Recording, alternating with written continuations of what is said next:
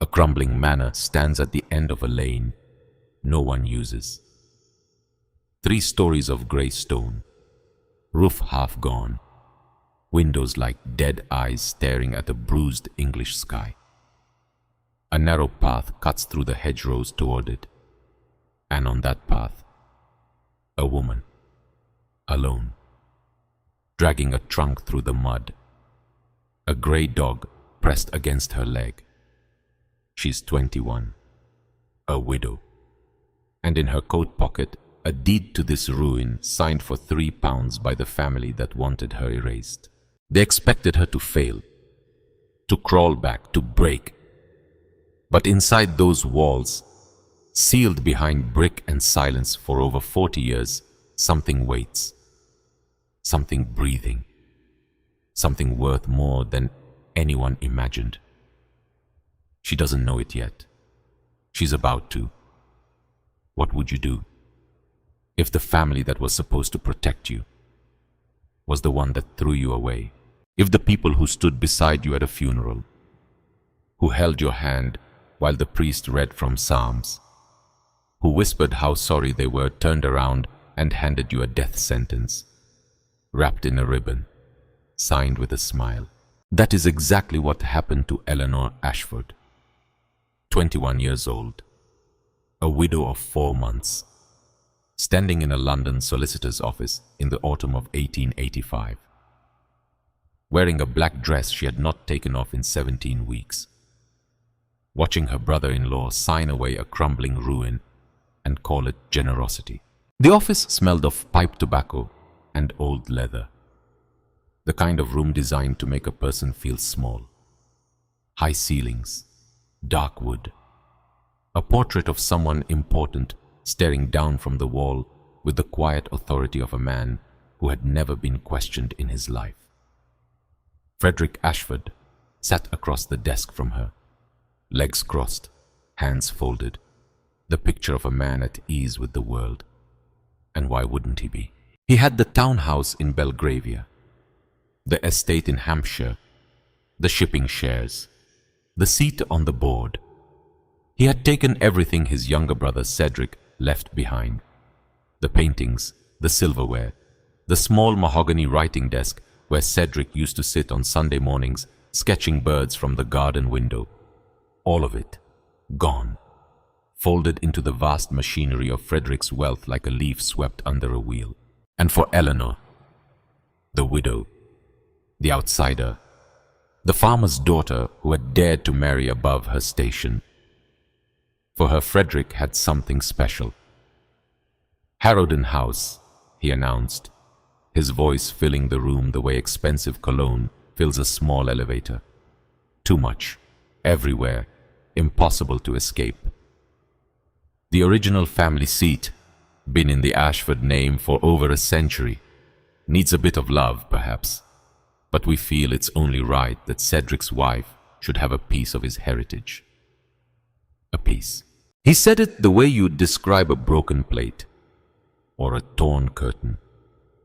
Something already ruined, something you're handing to someone because throwing it away feels like too much effort. Constance, his wife, sat beside him, thin as a hatpin, sharp as one too. She didn't speak. She didn't need to. The smirk behind her fan said everything, the slight narrowing of her eyes, the way she tilted her head like a cat watching a mouse walk toward a trap. The solicitor, a Mr. Hadow, grey-haired, grey-souled, paid handsomely for his discretion. He coughed twice and slid the documents across the polished desk. His pen left a small wet dot of ink on the parchment, like a period at the end of someone's life. Eleanor looked at the deed. Harrowden House, Parish of Aldwick, County of Shropshire, conveyed for the sum of £3 sterling. £3, the price of a decent pig, of a used winter coat, of absolutely nothing that mattered. And there it was, in spidery legal script, her name, her future, her exile, She picked up the pen. Her hand did not shake. Here is the thing about Eleanor Ashford that Frederick did not understand, that Constance did not see behind her fan, that the solicitor with his nervous cough could not have guessed. Eleanor was not fragile. She was fractured. And there is a difference. A fragile woman would have wept, would have begged, would have asked for more money, more time, more mercy. Eleanor signed the deed without a word, set the pen down, folded the parchment with steady fingers, and looked Frederick directly in the eye for 2 full seconds. Not a challenge, not a plea, just a look that said, "I see you. I see exactly what you are, and I will remember this." Frederick blinked first. She stood, tucked the deed into her coat, walked to the door, and she left without looking back, because if she had looked back even once, she would have seen Constance's smirk. And she might have broken something, a vase, a window, Constance's nose. So she didn't look back. She stepped into the grey London afternoon, into the noise of carriages and street vendors and the endless anonymous roll of a city that did not care about one more widow standing alone on a pavement. And she held her grief, that cold, hard stone, in her chest where no one could touch it. She had met Cedric Ashford on a Tuesday, which is not the kind of day you expect your life to change. Tuesdays are ordinary, unremarkable, the kind of day you forget by Wednesday. Except this Tuesday was different. Eleanor had gone to Pritchard's auction house on the Strand, not to buy, she couldn't afford to buy. She had gone because she loved books the way some people love music, helplessly, without reason. She would stand at the back of the room, watch the lots come and go, imagine the stories inside the covers she would never open. A private ritual, her one small luxury in a life that didn't have many. The lot that day was a collection of natural history volumes, watercolors of English birds, field studies of wildflowers, beautiful, fragile, completely impractical. The bidding was listless. A few dealers, an elderly woman with a lorgnette, and a young man standing alone near the pillar by the window. He was not handsome. Not in the way novels describe handsome men. He didn't have a strong jaw or piercing eyes, or any of the other things that sound good on paper, but mean nothing in a room. What he had was stillness, a quality of attention that was almost physical, the way he looked at the watercolors when they were held up for display, like he was memorizing them, like they mattered. His name was Cedric Ashford, and he bid on every lot, won most of them, carried the books himself, which was unusual for a man of means. Dealers had porters for that. Cedric tucked each volume under his arm like it was a child. Eleanor watched him. He did not notice her until he did. She was examining a discarded lot catalogue, a small booklet listing the items for sale. The auctioneer's assistant had thrown a stack of them on a side table, and Eleanor had picked one up because the cover illustration was a goldfinch painted with extraordinary delicacy, every feather visible. "That's a hawfinch, actually." She looked up. The young man with the stillness, standing too close, holding 4 books, looking embarrassed. "I'm sorry. The bird on the cover. Everyone thinks it's a goldfinch, but the beak is wrong, too heavy. It's a hawfinch. They're rarer." A pause. "I study birds," which is not, I realized, that's not a normal thing to announce to a stranger. She should have been annoyed. A wealthy man correcting a farmer's daughter on bird species. In another life, she would have walked away. But he was blushing. Actually blushing. This grown man, with his expensive coat and his armful of books standing in an auction house, read to the tips of his ears because he had accidentally spoken to a woman about hawfinches. Eleanor laughed, and Cedric Ashford looked at her as if she had just handed him something precious. They married 4 months later. His family objected. Of course they did. Frederick called it impulsive. Constance called it worse. Eleanor had no name, no fortune, no connections. She was the daughter of a tenant farmer from Dorset, a woman who read books she couldn't afford and laughed at things that weren't funny, and had absolutely no business marrying into the Ashford family. Cedric didn't care.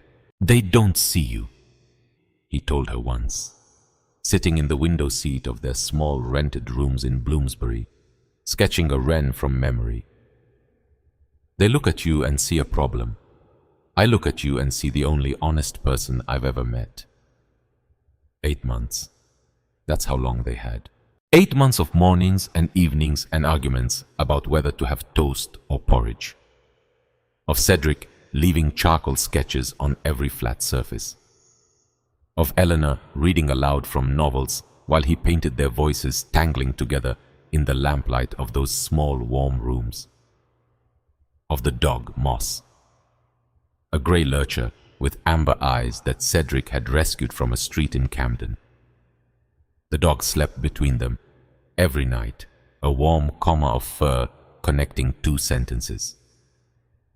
8 months, and then the typhoid came. It came the way typhoid always comes. Quietly. Through the water. Through the ordinary. One day, Cedric was sketching a blackbird in the garden. The next day, he had a fever.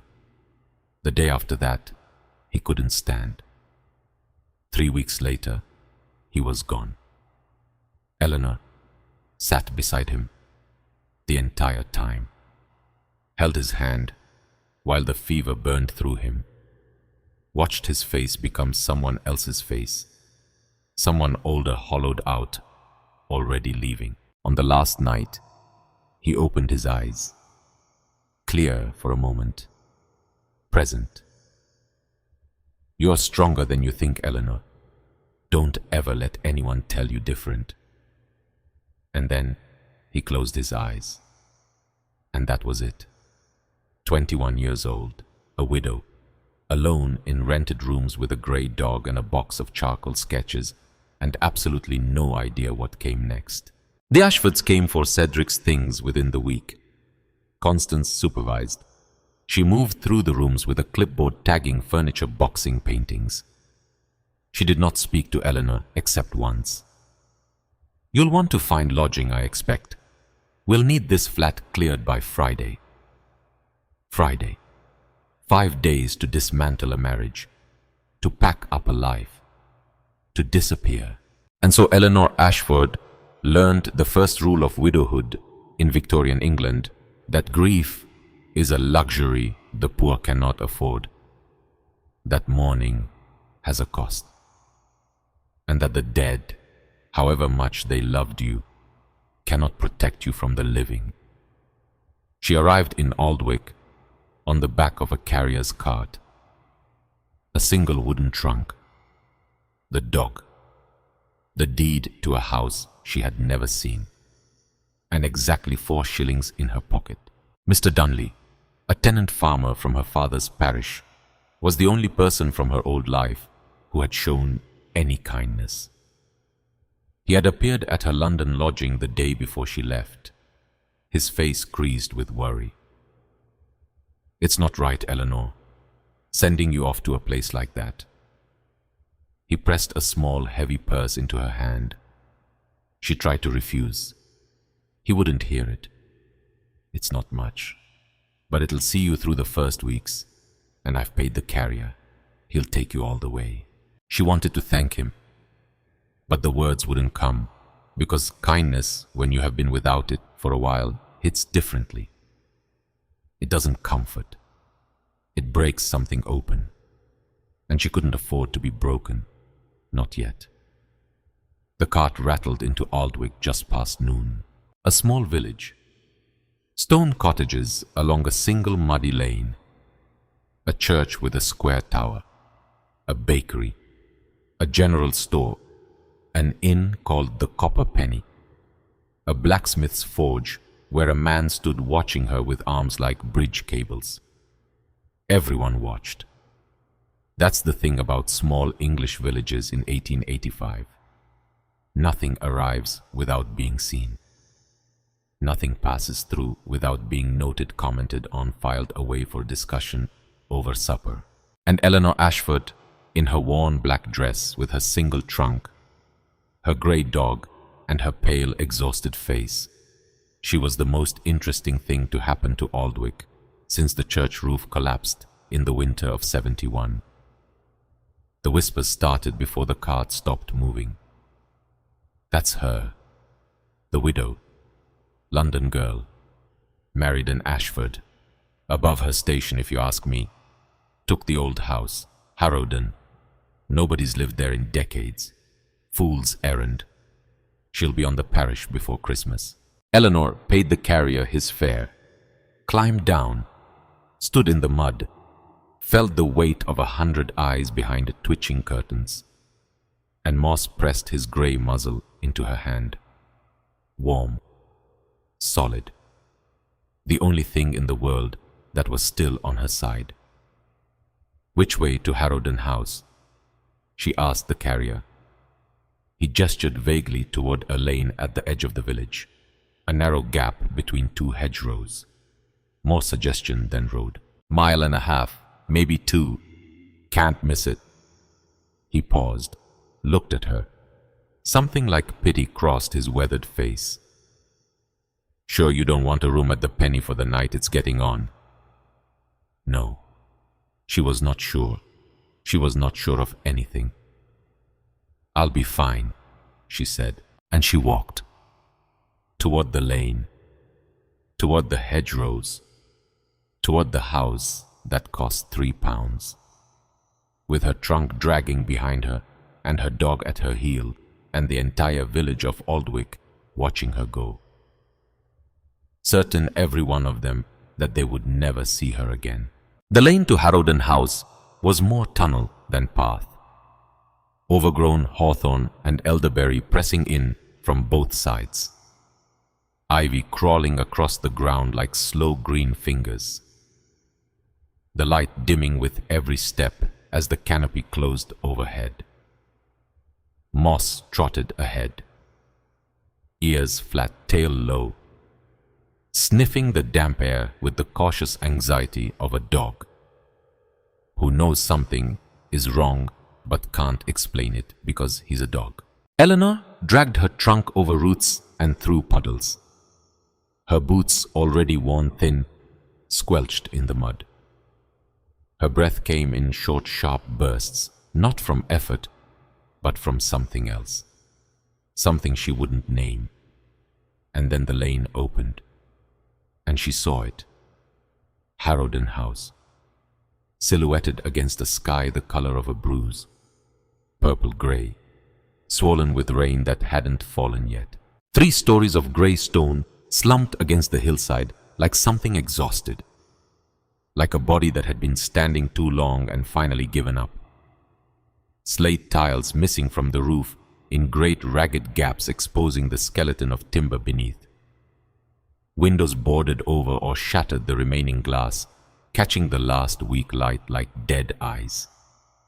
Ivy, thick as rope, crawled over the entire facade, pulling stones loose, splitting mortar, consuming the house the way a forest consumes a fallen tree. The east chimney had partially collapsed, its stone and brick scattered across what might once have been a lawn, now a wasteland of dockweeds and nettles and something thorny that caught at her skirt as she stood there. The smell. Damp earth, wet stone, rot. The sweet, sick smell of wood returning to the soil. This was her inheritance. This was what £3 bought. Not a house, a corpse. A monument to neglect the slow-motion avalanche of decay held together by ivy and stubbornness and nothing else. Eleanor stood at the edge of what might have been a garden path, her trunk at her feet, her dog pressed against her leg, the sky darkening above her, the first drops of rain beginning to fall, and she thought, they knew. Frederick knew. Constance knew. They had seen this place, or they had heard about it. They knew exactly what they were sending her to, a place designed to break her, to grind her down, to make her crawl back to London on her knees and beg for charity, so they could shake their heads and say, they tried, they gave her a chance, she simply wasn't up to it. A tomb. That's what they'd given her. Her eyes burned, her throat tightened. For a moment, just one, she almost turned around, almost walked back down that green tunnel to the village, to the inn, to a warm room and a hot meal and the slow, comfortable surrender of giving up. Almost. But Moss whimpered beside her, and she rested her hand on his rough fur, and she thought of Cedric's voice, thin at the end, but certain. All right then. All right. She wiped her eyes with the back of her hand, squared her shoulders, looked at the ruin in front of her and said out loud to no one, well, I've seen worse. Which was a lie. She had never seen worse. But sometimes a lie is the only bridge between where you are and where you need to be. She did not sleep inside the house that first night. Not because she was afraid, though she was, but because she was practical. And despite what the entire village of Aldwick apparently believed Eleanor Ashford was, many things grieving broke alone, terrified but not foolish. The roof was compromised, the floors were unknown, the structure could be rotten through. Collapsing in the night under the weight of a woman and a dog was not the kind of dramatic ending she had in mind. So instead, she did something useful. The carrier's cart had left behind a folded tarpaulin, forgotten, stuffed under the seat. She had taken it without asking because she was a farmer's daughter, and farmers' daughters do not leave useful things behind. She rigged the tarpaulin over the front porch of Harrowden House, using her trunk as one anchor, a fallen stone column as another, a length of rope she found tangled in the overgrown garden. It wasn't shelter, not really. More of a conversation with the rain rather than a defense against it. But it was hers. She unrolled a blanket from her trunk, laid it on the stone porch, opened a tin of sardines she'd bought in London, shared them with Moss, drank water from the well in the courtyard. The water tasted of iron and old stone, but it was clear and cold, and she was thirsty enough not to care. The rain came properly after dark, not the dramatic hammering kind, the English kind, steady, patient, relentless, the kind that doesn't threaten but just wears you down over hours and days and years until you forget what dry feels like. Eleanor lay under her tarpaulin, Moss curled against her back. The great dark mass of Harrowden House looming above her, a mountain of stone and silence and things she could not yet see. She closed her eyes, and somewhere between sleep and waking, in that grey space where the mind loosens its grip, she heard it. A sound from inside the house. Tap, tap, tap, a pause. Tap, tap, tap. Rhythmic, steady, deliberate. Not like the random creaking of an old house settling. Not like a shutter banging in the wind. This had a pattern, a pulse, like a heartbeat. Moss lifted his head, ears pricked forward, a low growl building in his throat. Then silence. The tapping stopped. Eleanor lay perfectly still, her own heart hammering. Nothing. She waited. 1 minute, 2, 5. Nothing. Just the rain. Just the wind. Just an old house being old. She exhaled, told herself it was nothing, a pipe, a loose stone, something expanding and contracting in the cold. Except it had rhythm. 3 taps. Pause. 3 taps. Like a signal. Like someone knocking, not on the door. From inside the wall. She reached for the small notebook in her trunk. In the near darkness by Feel Alone, she found a pencil. And she made 3 small marks on the page. Eleanor Ashford was a farmer's daughter, and farmers' daughters do not run from strange noises in the night. They write them down, they pay attention, they figure things out. The tapping did not come again, but she did not sleep either. She lay awake under her tarpaulin, listening to the rain, to the old house breathing to the silence that was not quite silence. And she thought, this house is not dead, it's waiting. Morning came grey and cold. The rain had stopped and the world smelled of wet earth and something green and new. Eleanor stood on the porch and looked at Harrowden House in daylight. Daylight was not kind. The facade was worse than she'd seen in the dusk. Great cracks ran through the stonework. Mortar crumbled at a touch. The front door, massive oak, was swollen shut, rusted solid on its hinges. She pushed. Nothing. She pushed harder, put her shoulder into it, her boots slipping on the wet stone. Nothing. Fine. She walked around the house, slowly taking inventory, the way her father used to walk a new field, not looking for what was wrong, but looking for what was possible. The south side was worst. A section of wall had partially collapsed. The north side was better solid stone, smaller windows. This had been the working end of the house. Kitchens, pantries, servants' quarters, built to last, built without pretension. She found a low door half hidden by a cascade of dead wisteria. The wood was oak old but hard. The handle turned with a screech of rusted iron, and the door opened.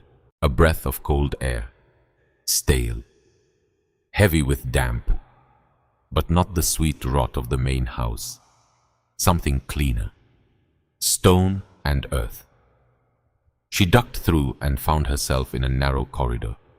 Stone walls, stone floor, low ceiling leading downward into the foundations. The kitchen.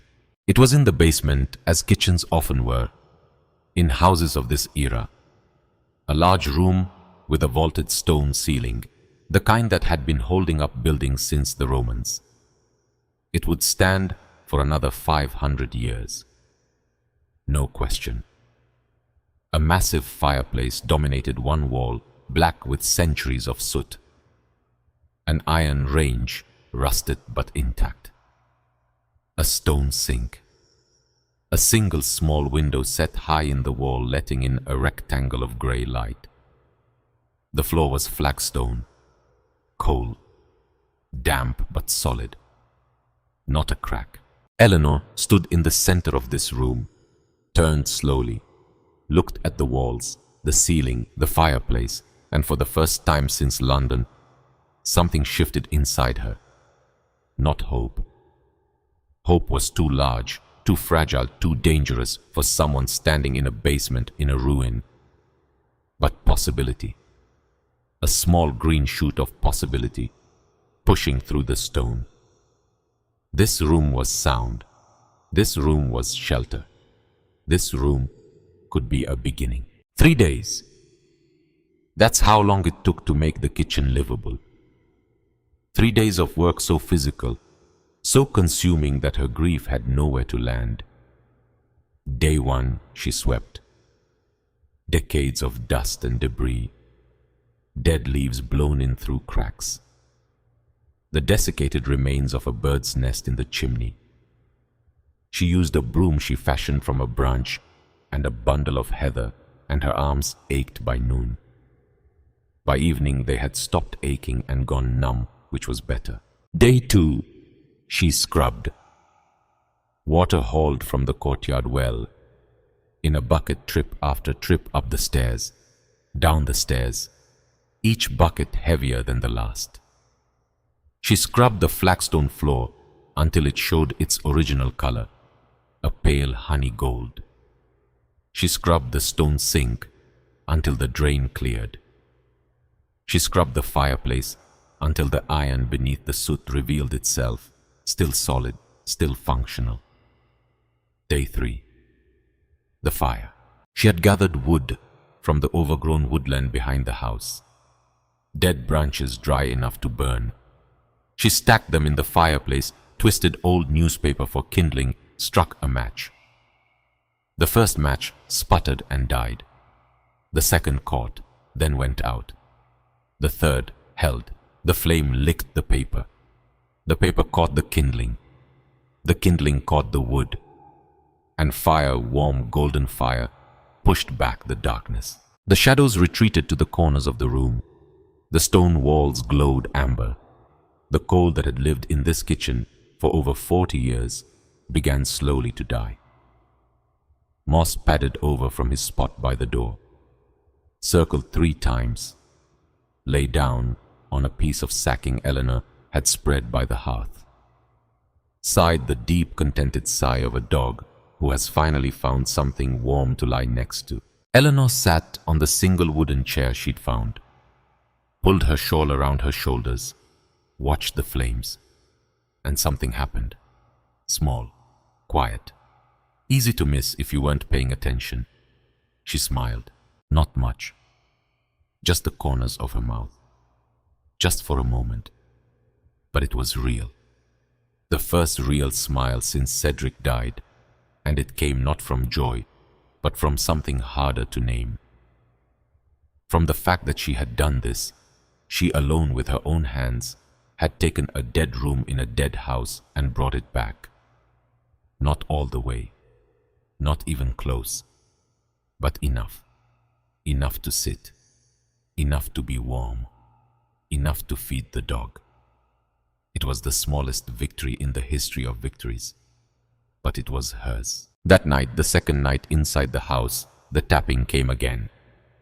She was lying on her trunk, which she had padded with her spare dress and her winter shawl to create something that bore a distant relationship to a mattress. Moss was by the fire. The flames had died to embers. The room was warm. The rest of the house above her was a vast, cold darkness. Tap, tap, tap, pause, tap, tap, tap. The same pattern. 3 and 3. Coming from somewhere above, somewhere deep in the bones of the building. Moss raised his head, ears forward, but he did not growl this time. Just listened, alert, but not afraid. Eleanor reached for her notebook and struck a match.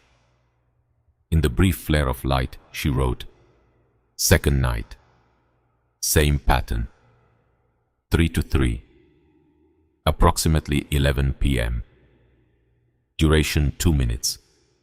Source upper floors, east side." She lay back, listened. The tapping continued for another minute, then stopped. A house does not tap.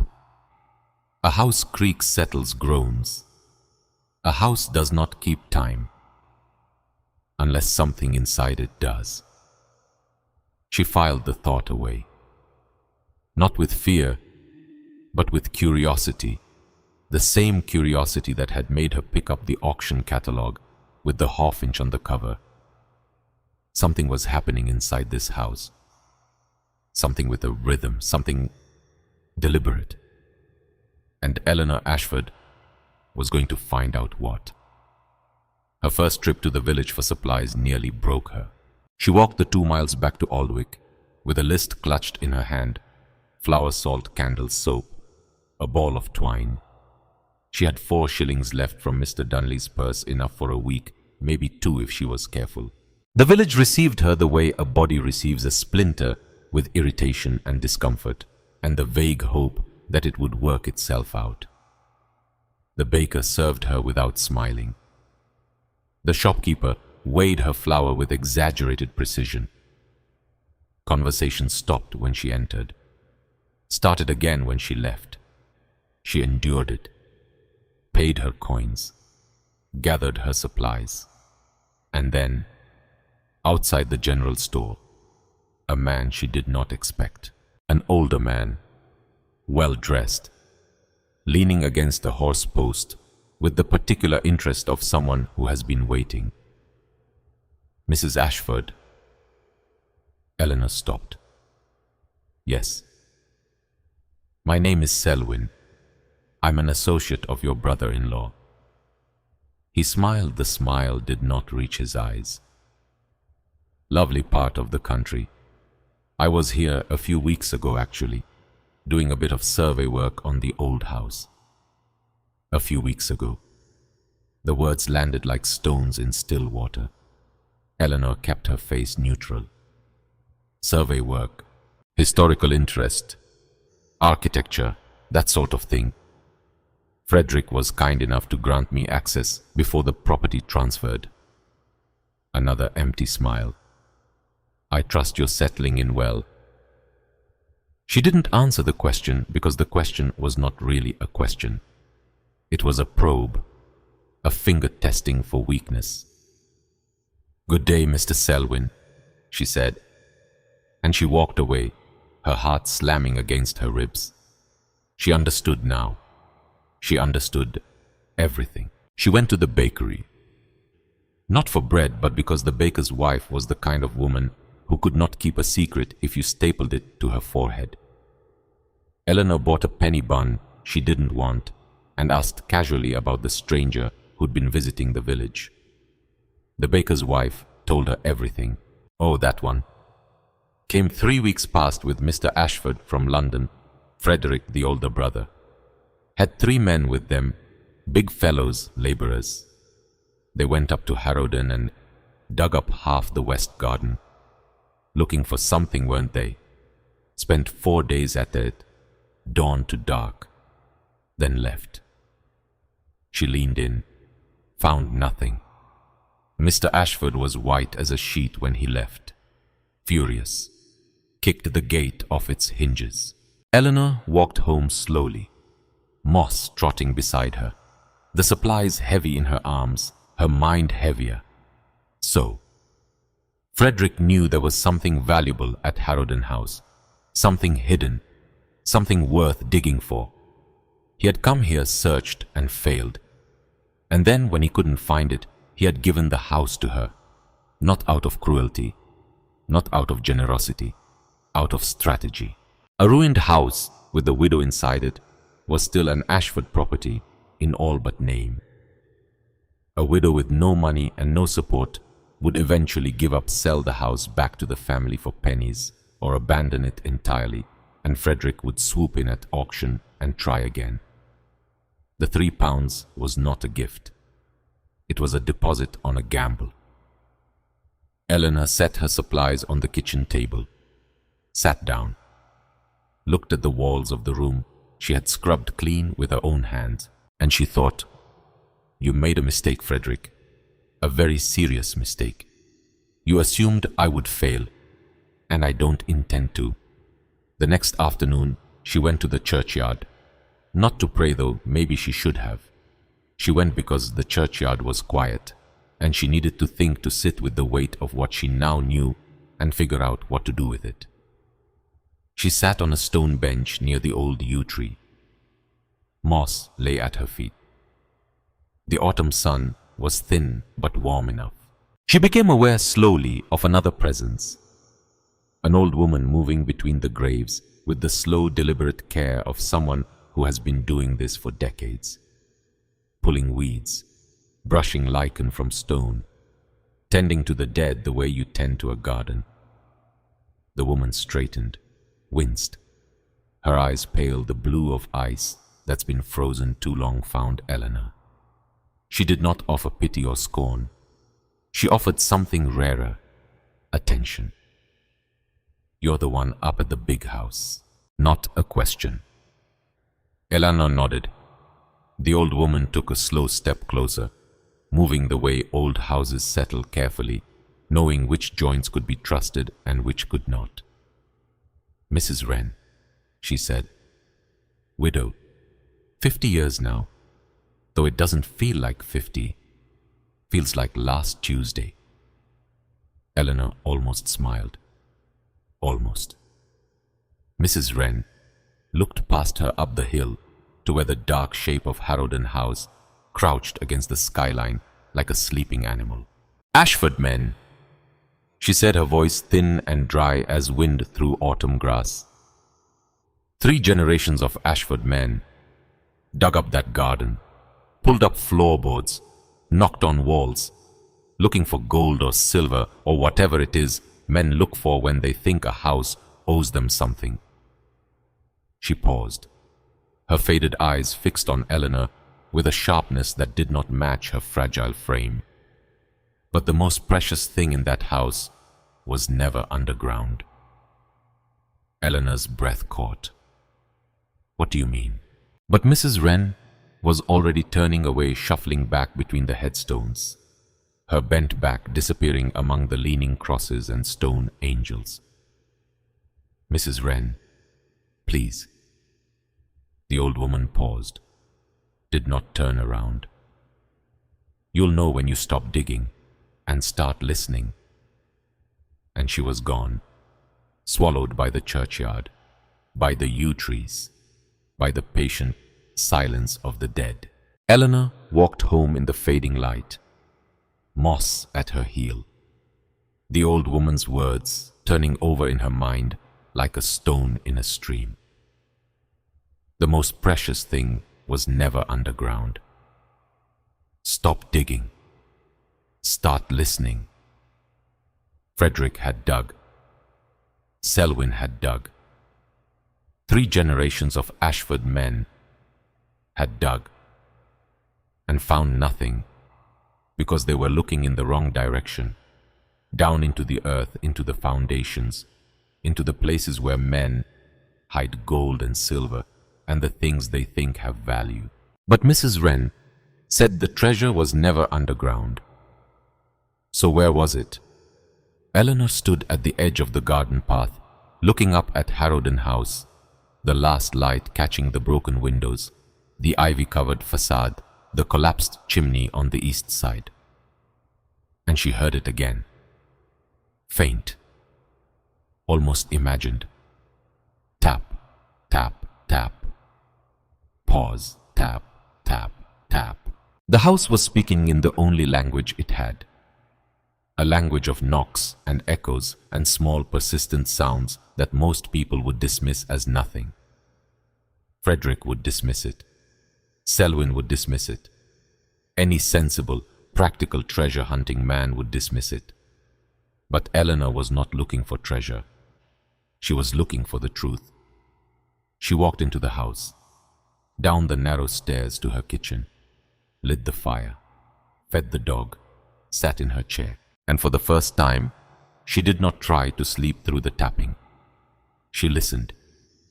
Here is a truth nobody tells you about hard work.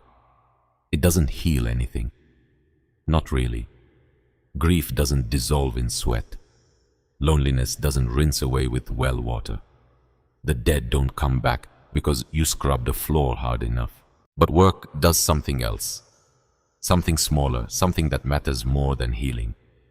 When you're 21 and broke and alone in a house that's trying to fall down around you, it gives your hands a purpose, so your mind can rest. And Eleanor Ashford's hands in those first weeks at Harrowden House did not rest. Mornings were for wood.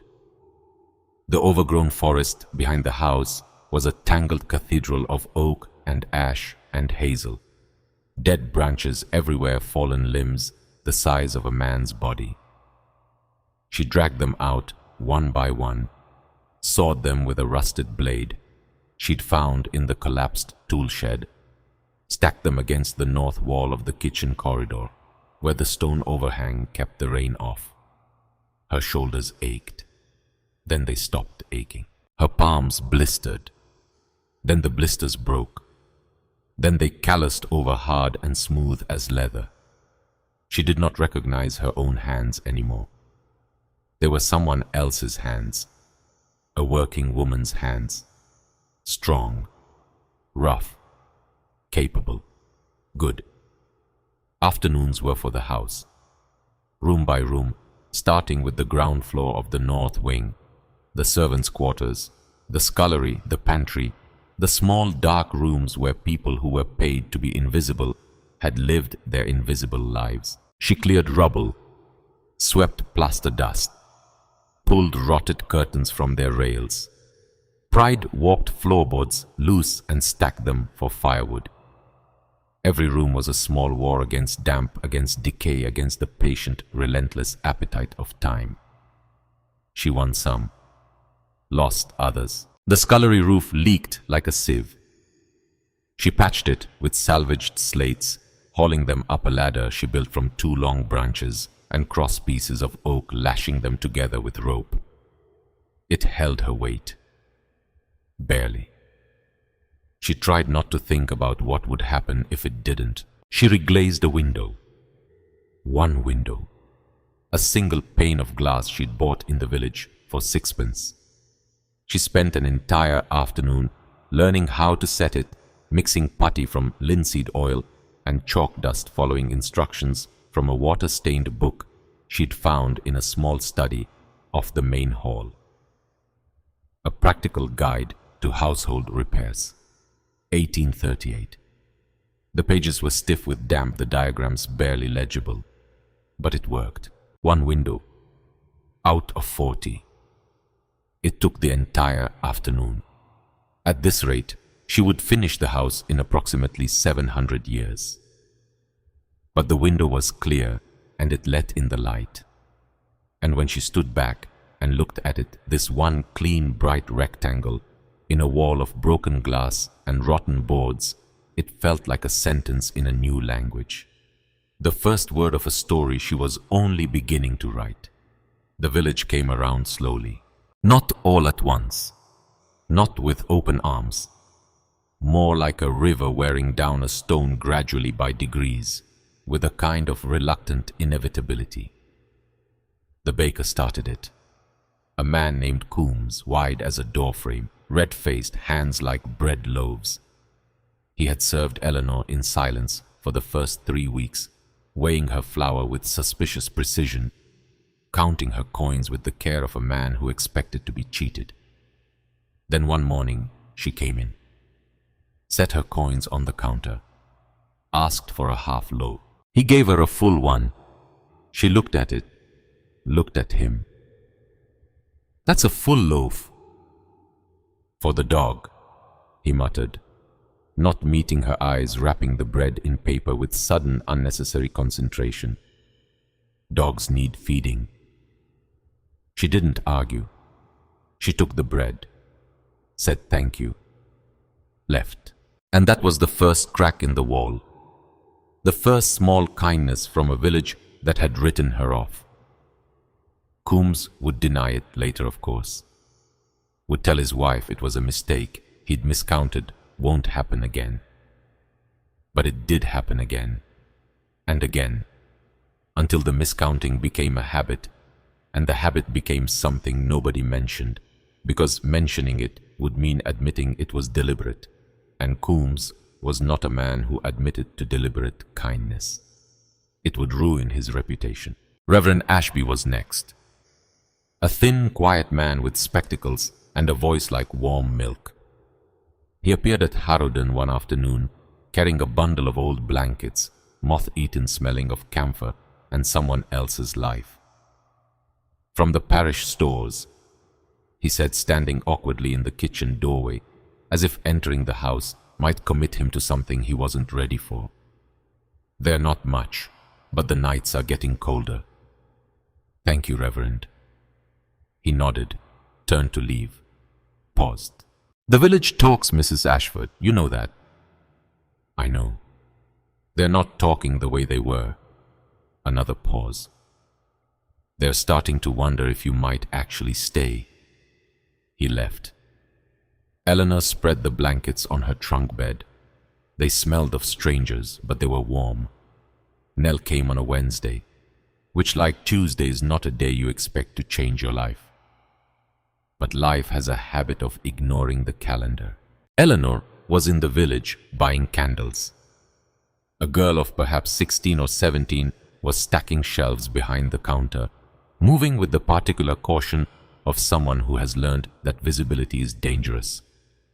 She was thin, not fashionably thin, hungry thin, dark hair pulled back so tight it seemed to stretch her skin, eyes that looked at the floor even when the floor had nothing to offer. Eleanor noticed her the way you notice a bruise.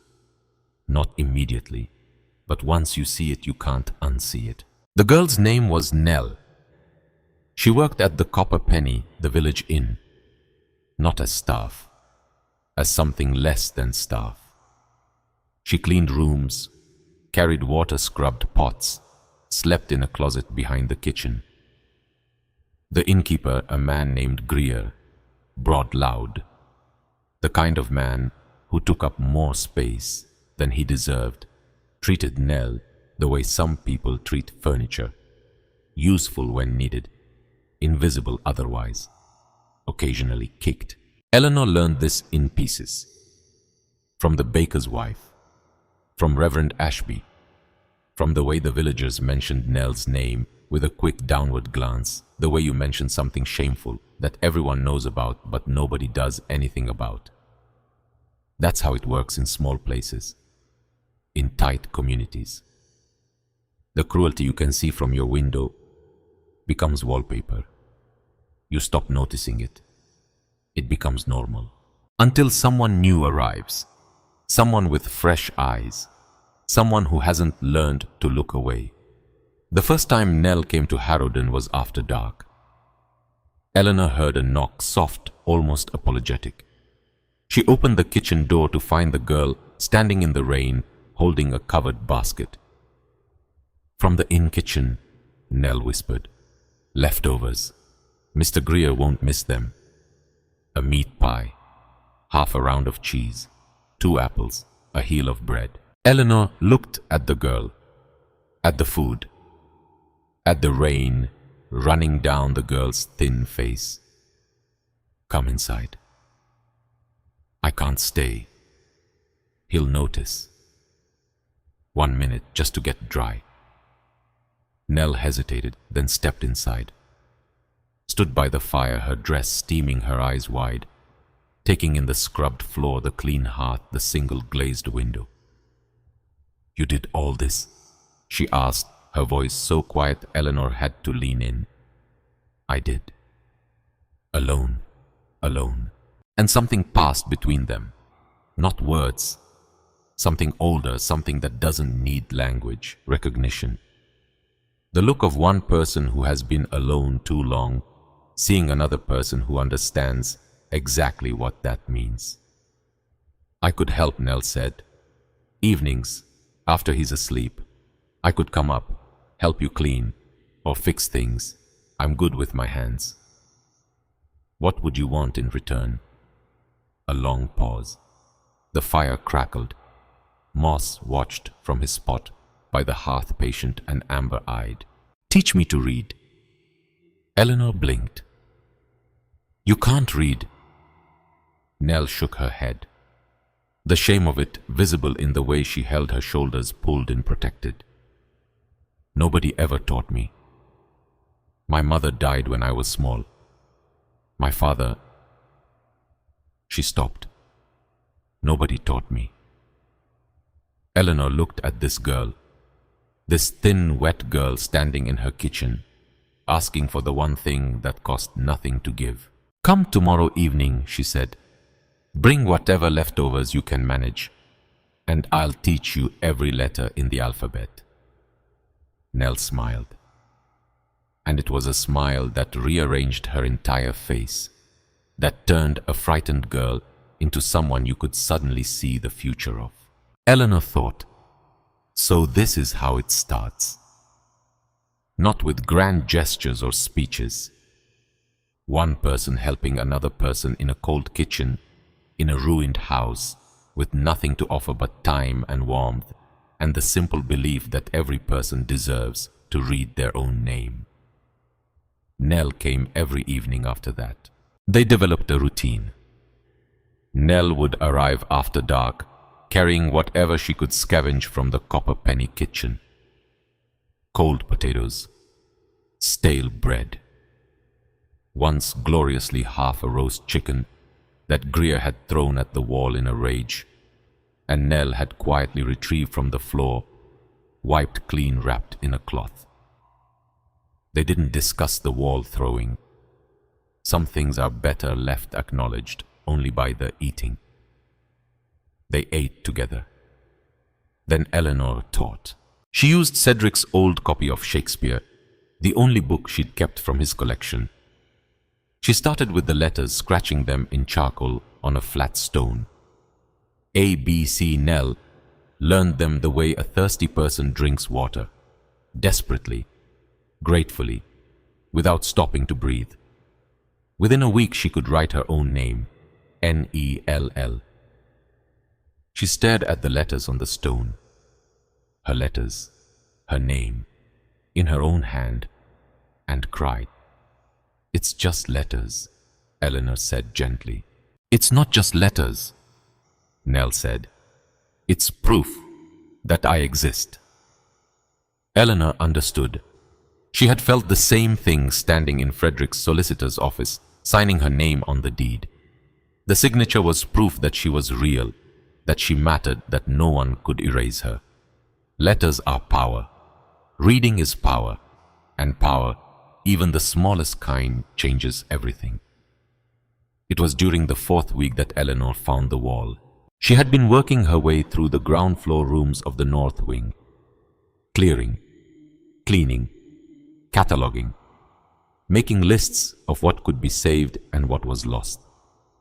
The morning room lost, the dining room partially lost, the drawing room catastrophically lost. Its ceiling collapsed entirely. A mountain of plaster and broken chandelier glass filling the room like a frozen avalanche. But the reading room was different. A small room tucked between the library and the morning room. It was damaged, of course. Everything was damaged. The floor was warped. The window frames were rotten. But the walls were mostly intact, and one wall in particular caught her eye. The wallpaper.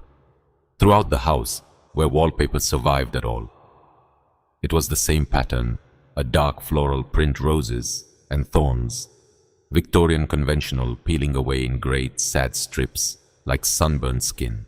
But this wall, the east wall of the reading room, had different paper, lighter, a pattern of leaves and vines rather than flowers, newer, not by much but noticeably so.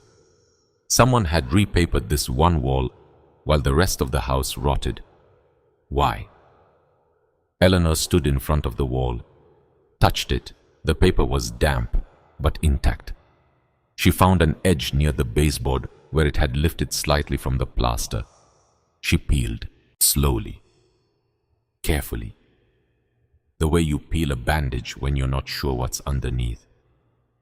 The wallpaper came away in a long strip, revealing not bare plaster beneath, but paint. A layer of paint newer than the original walls, applied with care, with deliberation. And on the paint color, she peeled more. Faster now, the paper coming away in sheets.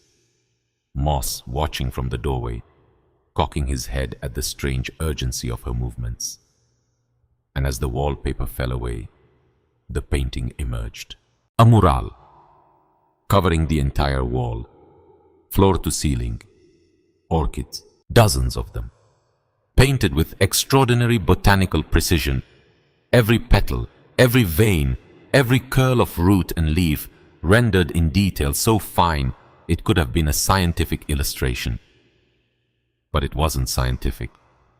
It was beautiful, the colors vivid even under the grime of decades. Purples and whites and pale lilacs and deep crimsons. A garden on a wall, a secret garden hidden beneath a layer of paper like a letter sealed inside an envelope.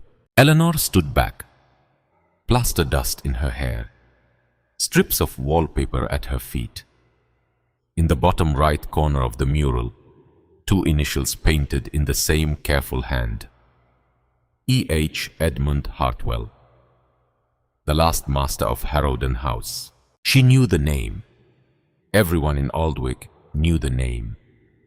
Edmund Heartfelt, the old man, the eccentric, the one who had built the East Wing with its enormous glass conservatory, who had filled the house with plants and books, and the quiet, obsessive energy of a man possessed by a single passion. He had been dead for over 40 years. The house had passed to his sons, who had stripped it of everything they deemed valuable furniture, paintings, silver, and then abandoned the shell, left it to the ivy and the rain and the slow, patient work of decay. But Edmund had painted this wall, and someone after his death had papered over it, hiding it or protecting it. Eleanor pressed her palm flat against the painted surface and felt something she did not expect. The wall was warmer than the surrounding stone, warmer than it should be. She knocked on it. Solid.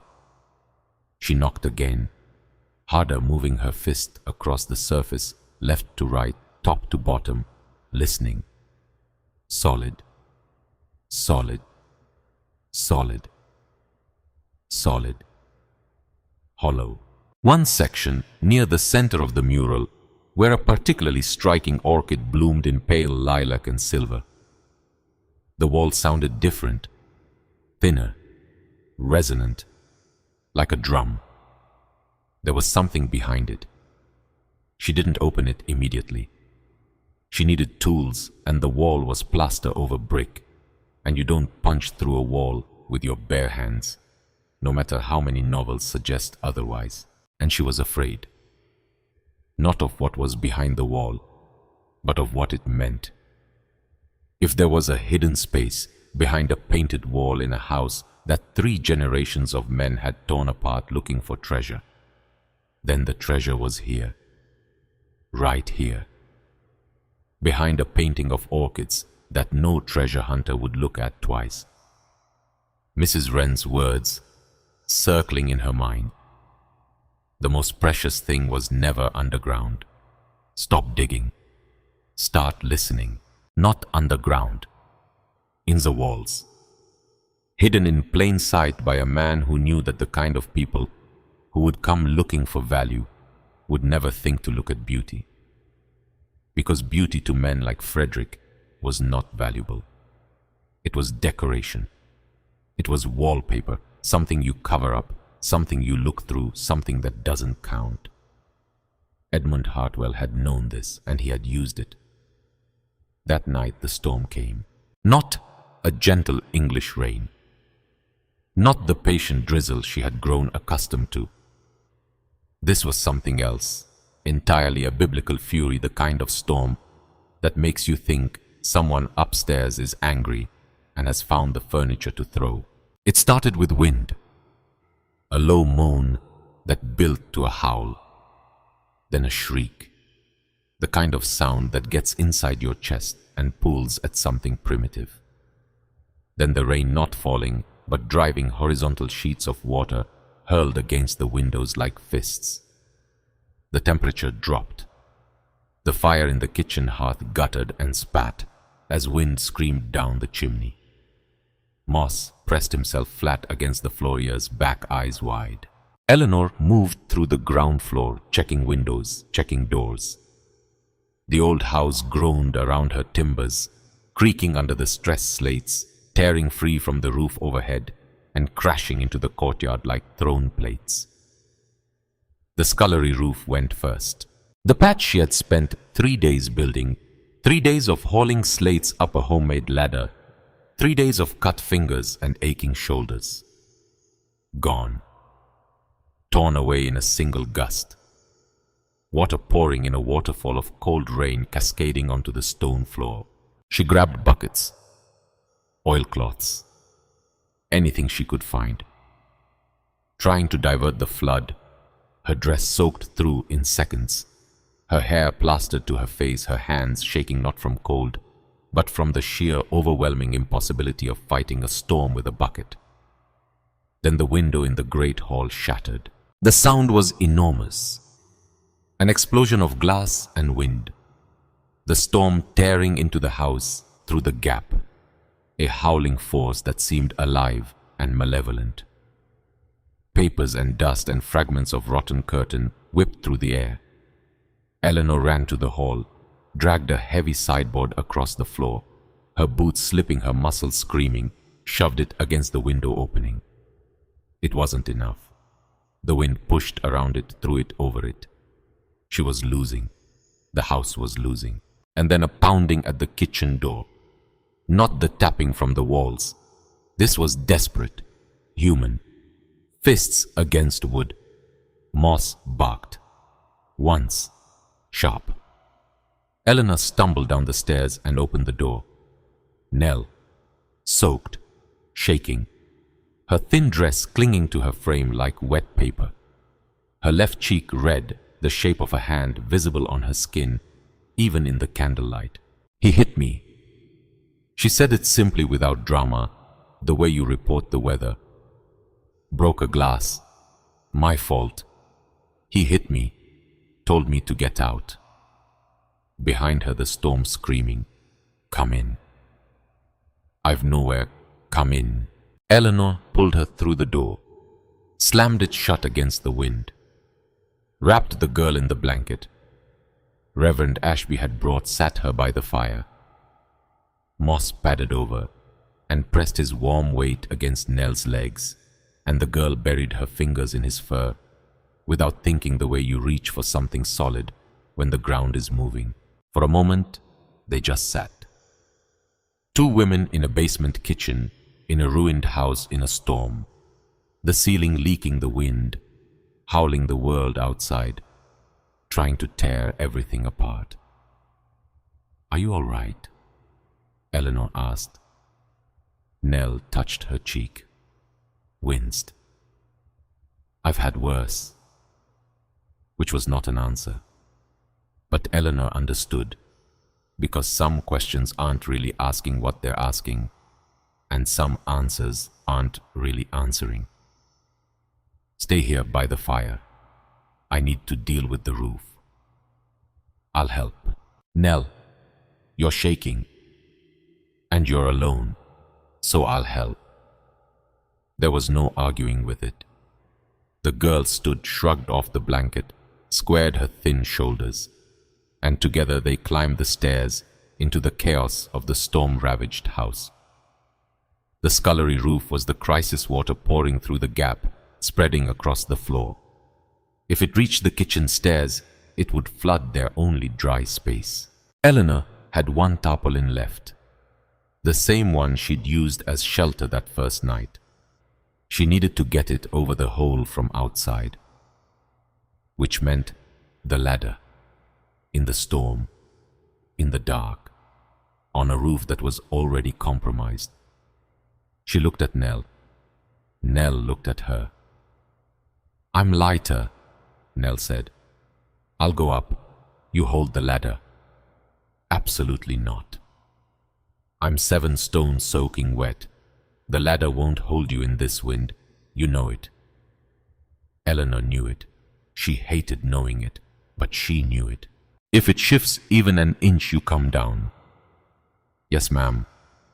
And so in the howling dark, in the rain and the wind and the fury of a Shropshire autumn storm, a 21-year-old widow held a homemade ladder steady, while a 16-year-old girl climbed onto a collapsing roof with a tarpaulin clenched between her teeth. Nell moved like a cat. Quick, light, sure-footed even on the wet slates. She spread the tarpaulin over the hole, weighted the corners with loose stones, worked with a speed and efficiency that came from years of doing whatever needed doing without being asked twice. The tarpaulin held. The water slowed, then stopped. Nell climbed down, rung by rung, Eleanor's hands on the ladder, white-knuckled, not breathing, until both of Nell's feet were on the ground. They stood in the rain, looking at each other, soaked, exhausted, alive. And Nell grinned, a wide, unguarded grin, the kind that has nothing behind it except pure, uncomplicated triumph. "We saved it," she said. "We saved it," Eleanor agreed. They went inside. Changed into dry clothes, Eleanor gave Nell her spare dress, too big but dry. They rebuilt the fire, made tea from the last of Eleanor's supply, shared a heel of bread. Moss stretched out between them on the warm flagstones, sighing contentedly, as if storms were a nightly occurrence, and this was simply the part where everyone dried off and had tea. And Nell did not go back to the copper penny. Not that night, not the next morning, not ever. She stayed at Harrowden House because there was nowhere else, and because Eleanor did not ask her to leave, did not even consider asking her to leave. Some decisions are not decisions at all. They are simply the only thing a decent person can do. It was Nell who helped her open the wall. 3 days after the storm, the house still damp, still wounded but standing, stubborn as its occupants. Eleanor showed Nell the mural, the painted orchids, the initials E.H., the hollow section she'd found. Nell knocked on it herself, pressed her ear to the surface, and listened the way she used to listen to the walls of the inn to know which guests were asleep and which were still awake. "That's not plaster behind the paint," she said. "That's wood, a panel, like a cupboard door that's been plastered over." Of course. Nell had spent years cleaning rooms in old buildings, knowing their bones by touch, by sound, by instinct. They worked together, carefully, chipping away the plaster around the hollow section with a chisel and hammer Eleanor had salvaged from the tool shed. The plaster came away in chunks, revealing beneath it a wooden panel oak set into the brickwork, roughly 2 feet by 3 feet. And behind the panel, a space, a cavity lined with brick, small, the size of a bread box, and inside, resting on a wooden shelf covered in a layer of fine dust, a book. A leather-bound ledger, thick, heavy, the cover embossed with 2 letters in faded gold. E.H.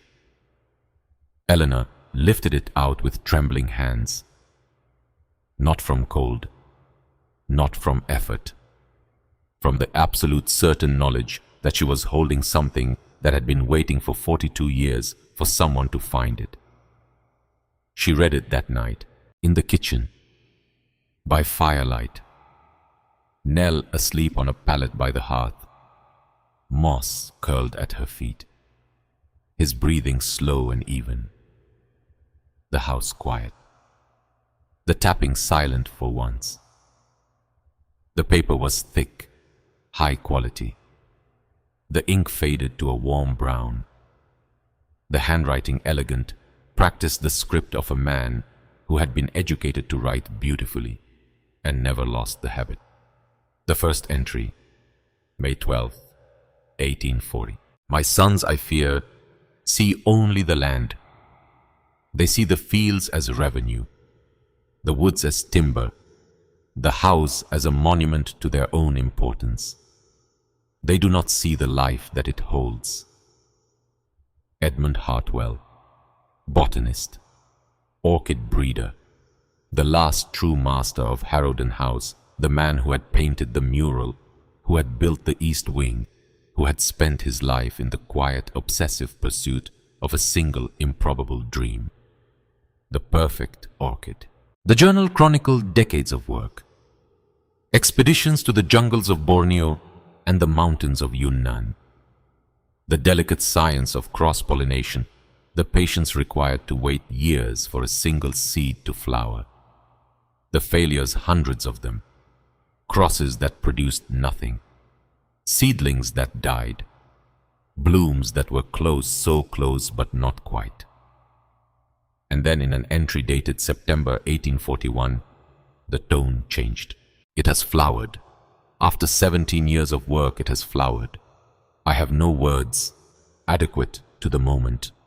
The color is that of a winter dawn, the palest lilac veined with silver. The scent is honey and rain. I have named it Phalaenopsis harrodensis, the Harrowden orchid. It is the most beautiful thing I have ever created. Eleanor, read this passage 3 times. She could feel the old man's joy through the page across 44 years, the pure, uncomplicated happiness of a person who has spent their entire life reaching for something and finally touched it. But the joy didn't last. The entries from late 1841 grew dark, fearful. Richard and George came today. They spoke of my collection as one speaks of cattle as assets to be sold. They talked of auction houses of dealers in London who would pay handsomely for rare specimens. They see only the price, never the life, never the years, never the patience and the love that made these creatures possible. Richard and George, his sons, the men who would inherit everything, strip the house bare, sell what they could, abandon what they couldn't. Edmund saw it coming. I cannot bear it. I will not bear it. If they sell my orchids after I am gone, they sell the only part of me that ever truly lived. And so in the final pages of the journal, the plan. The entries became furtive coded, almost with references to the work and the sanctuary and the sealed chamber. Edmund was converting the entire east wing into a self-contained greenhouse, a hidden ark.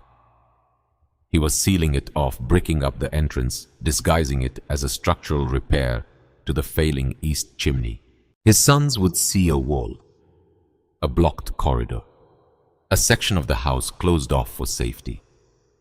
They would never look past it, because men who see everything in terms of value would never suspect that the most valuable thing in the house was hidden behind the most ordinary-looking wall. The final entry. October 3rd, 1843. The work is done. The wing is sealed. They will think it is merely structural, a precaution against the failing chimney. They will never know what sleeps inside. I have left only one key, for a day when someone with a gentler hand and a quieter heart might find this place again. Let them be the keeper of my dawns. At the bottom of the page, a drawing, small, precise, an illustration of the journal itself with an arrow pointing to the thick leather spine. Eleanor stared at it, then stared at the journal in her hands, then at the spine. She reached for the small paring knife she used for cutting bread. Her hand was shaking now, properly shaking, the kind of trembling that comes from standing at the edge of something you can't see the bottom of. She slid the blade along the seam of the leather binding. Gently, the old glue gave way. The leather parted, and something small and hard fell into her palm. A key, blackened iron, ornate, old, heavy for its size, cool against her skin. She held it up to the firelight and turned it slowly, the iron gleaming dully in the amber glow. 42 years. This key had waited inside the spine of a journal, inside a wall, inside a house. For 42 years, waiting for a gentler hand. Eleanor closed her fingers around it, tight, feeling the metal press into her palm. And she thought of Cedric, of his gentle hands, his quiet eyes, his love of birds and books and things that other people overlooked. She was exactly strong enough for this. But the key would have to wait. The next morning, while Eleanor was splitting wood in the courtyard, a carriage pulled up the lane. Mr. Selwyn stepped down with the careful grace of a man who is aware of being watched. Well-dressed, London shoes, a smile that sat on his face like a piece of furniture that didn't belong in the room. "Mrs. Ashford, what a transformation. You've been busy." Eleanor set down the axe, wiped her hands on her apron, did not smile. "Mr. Selwyn, I happened to be in the area. Thought I'd drop by, continue my survey of the property, the east wing in particular. Fascinating architectural period." The east wing, of course. The east wing is blocked off, has been for decades. Chimney collapse, structural damage. Precisely why I'd love to take a look. One can learn so much from how a building fails. He stepped forward just a half-step, testing. "Frederick mentioned you might be amenable." "Frederick doesn't speak for me." A flicker across Selwyn's face. Surprise, quickly masked. He was not accustomed to being told no. "You may survey the exterior, Mr. Selwyn, the grounds, the garden, whatever you like, but the interior of this house is my home, and I don't receive visitors without notice." A long pause, the kind that is not empty, but full of calculation, recalibration, the quick mental arithmetic of a man figuring out a new approach. "Naturally," he said, "smooth, easy, the smile back in place. Another time, perhaps." He climbed back into his carriage, tipped his hat, departed. Eleanor watched it disappear down the lane. He had asked about the east wing, specifically, directly. Not the cellar, not the garden, not the attic. The east wing. He knew not everything, but enough. That night, she couldn't sleep. She lay on her trunk bed, the key in her fist, Moss breathing slowly by the dying fire, Nell asleep on her pallet. And at 11 o'clock, a light.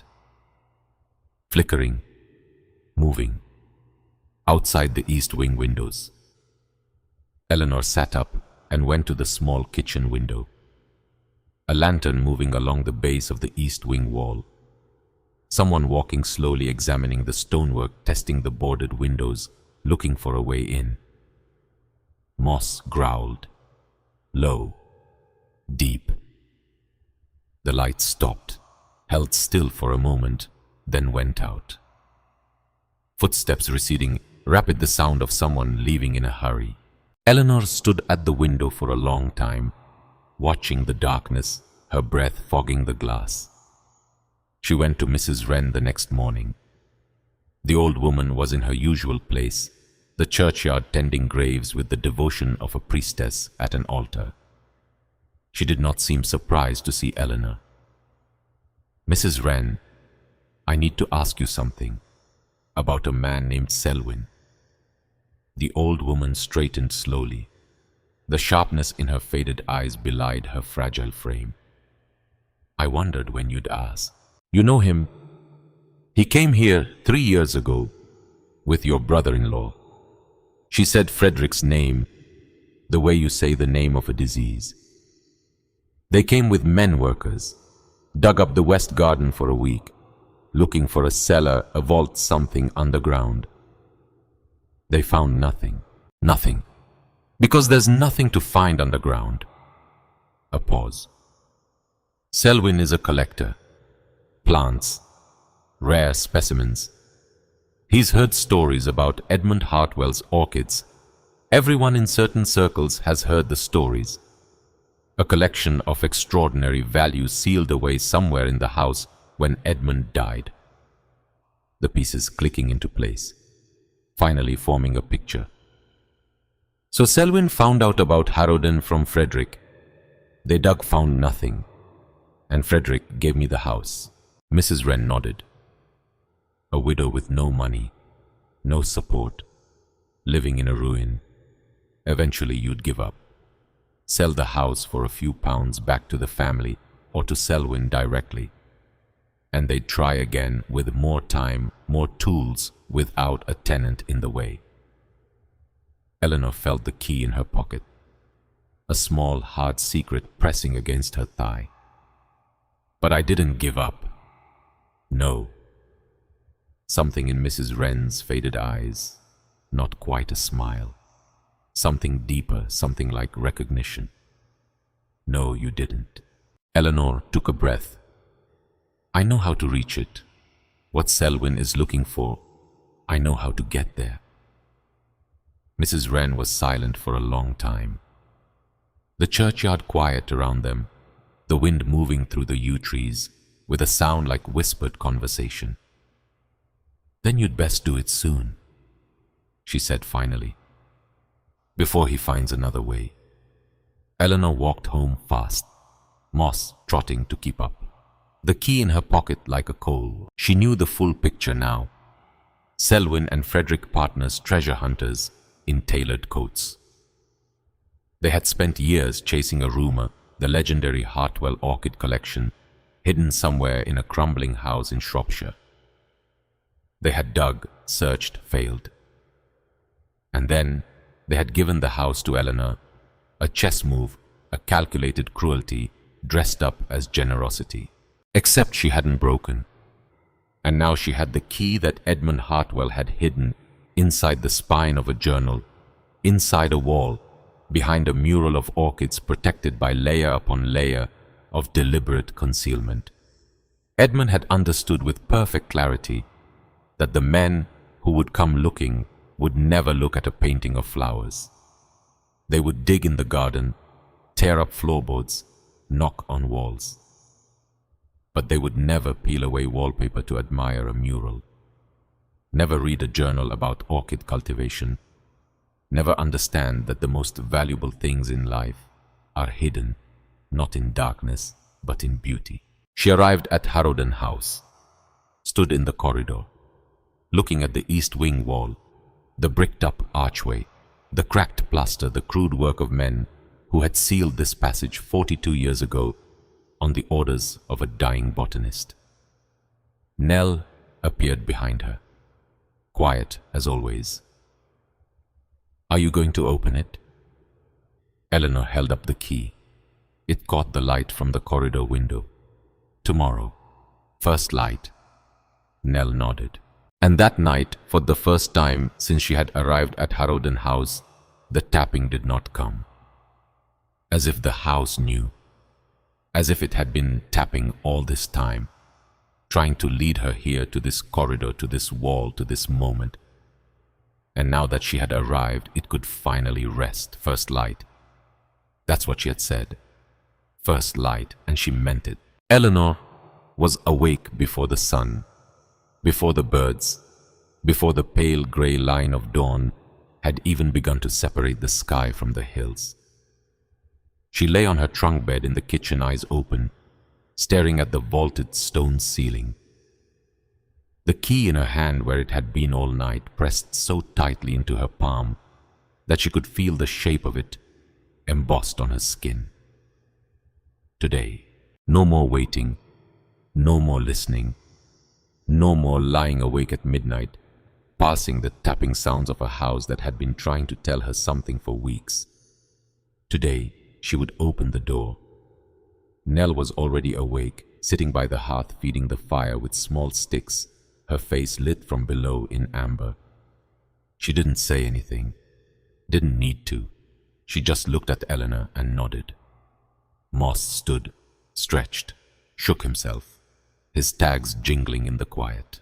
3 of them, a widow, a runaway, and a rescued dog, standing in a basement kitchen in the half-dark, about to open a door that had been sealed for 42 years. There should have been a speech, a moment of ceremony, a deep breath and a declaration. There wasn't. Eleanor just picked up the lantern and walked. The corridor leading to the east wing was the coldest part of the house. Stone floor, stone walls, no windows, the air heavy and still, their footsteps echoing in the narrow space like a slow heartbeat. At the end of the corridor, the wall. She had walked past it a dozen times before. had assumed it was exactly what it appeared to be, a dead end, a section of the house bricked up after the chimney collapse, structurally necessary, architecturally boring. The kind of wall you look at once and never think about again. Which was exactly the point. Edmund Hartwell had designed it that way. A wall so unremarkable, so obviously functional, that no one would question it. Not his sons, not their buyers, not the treasure hunters who came after, not Frederick, not Selwyn, not anyone who thought in terms of value and profit and what things were worth. People who think that way do not look at walls. They look through them, past them, beyond them.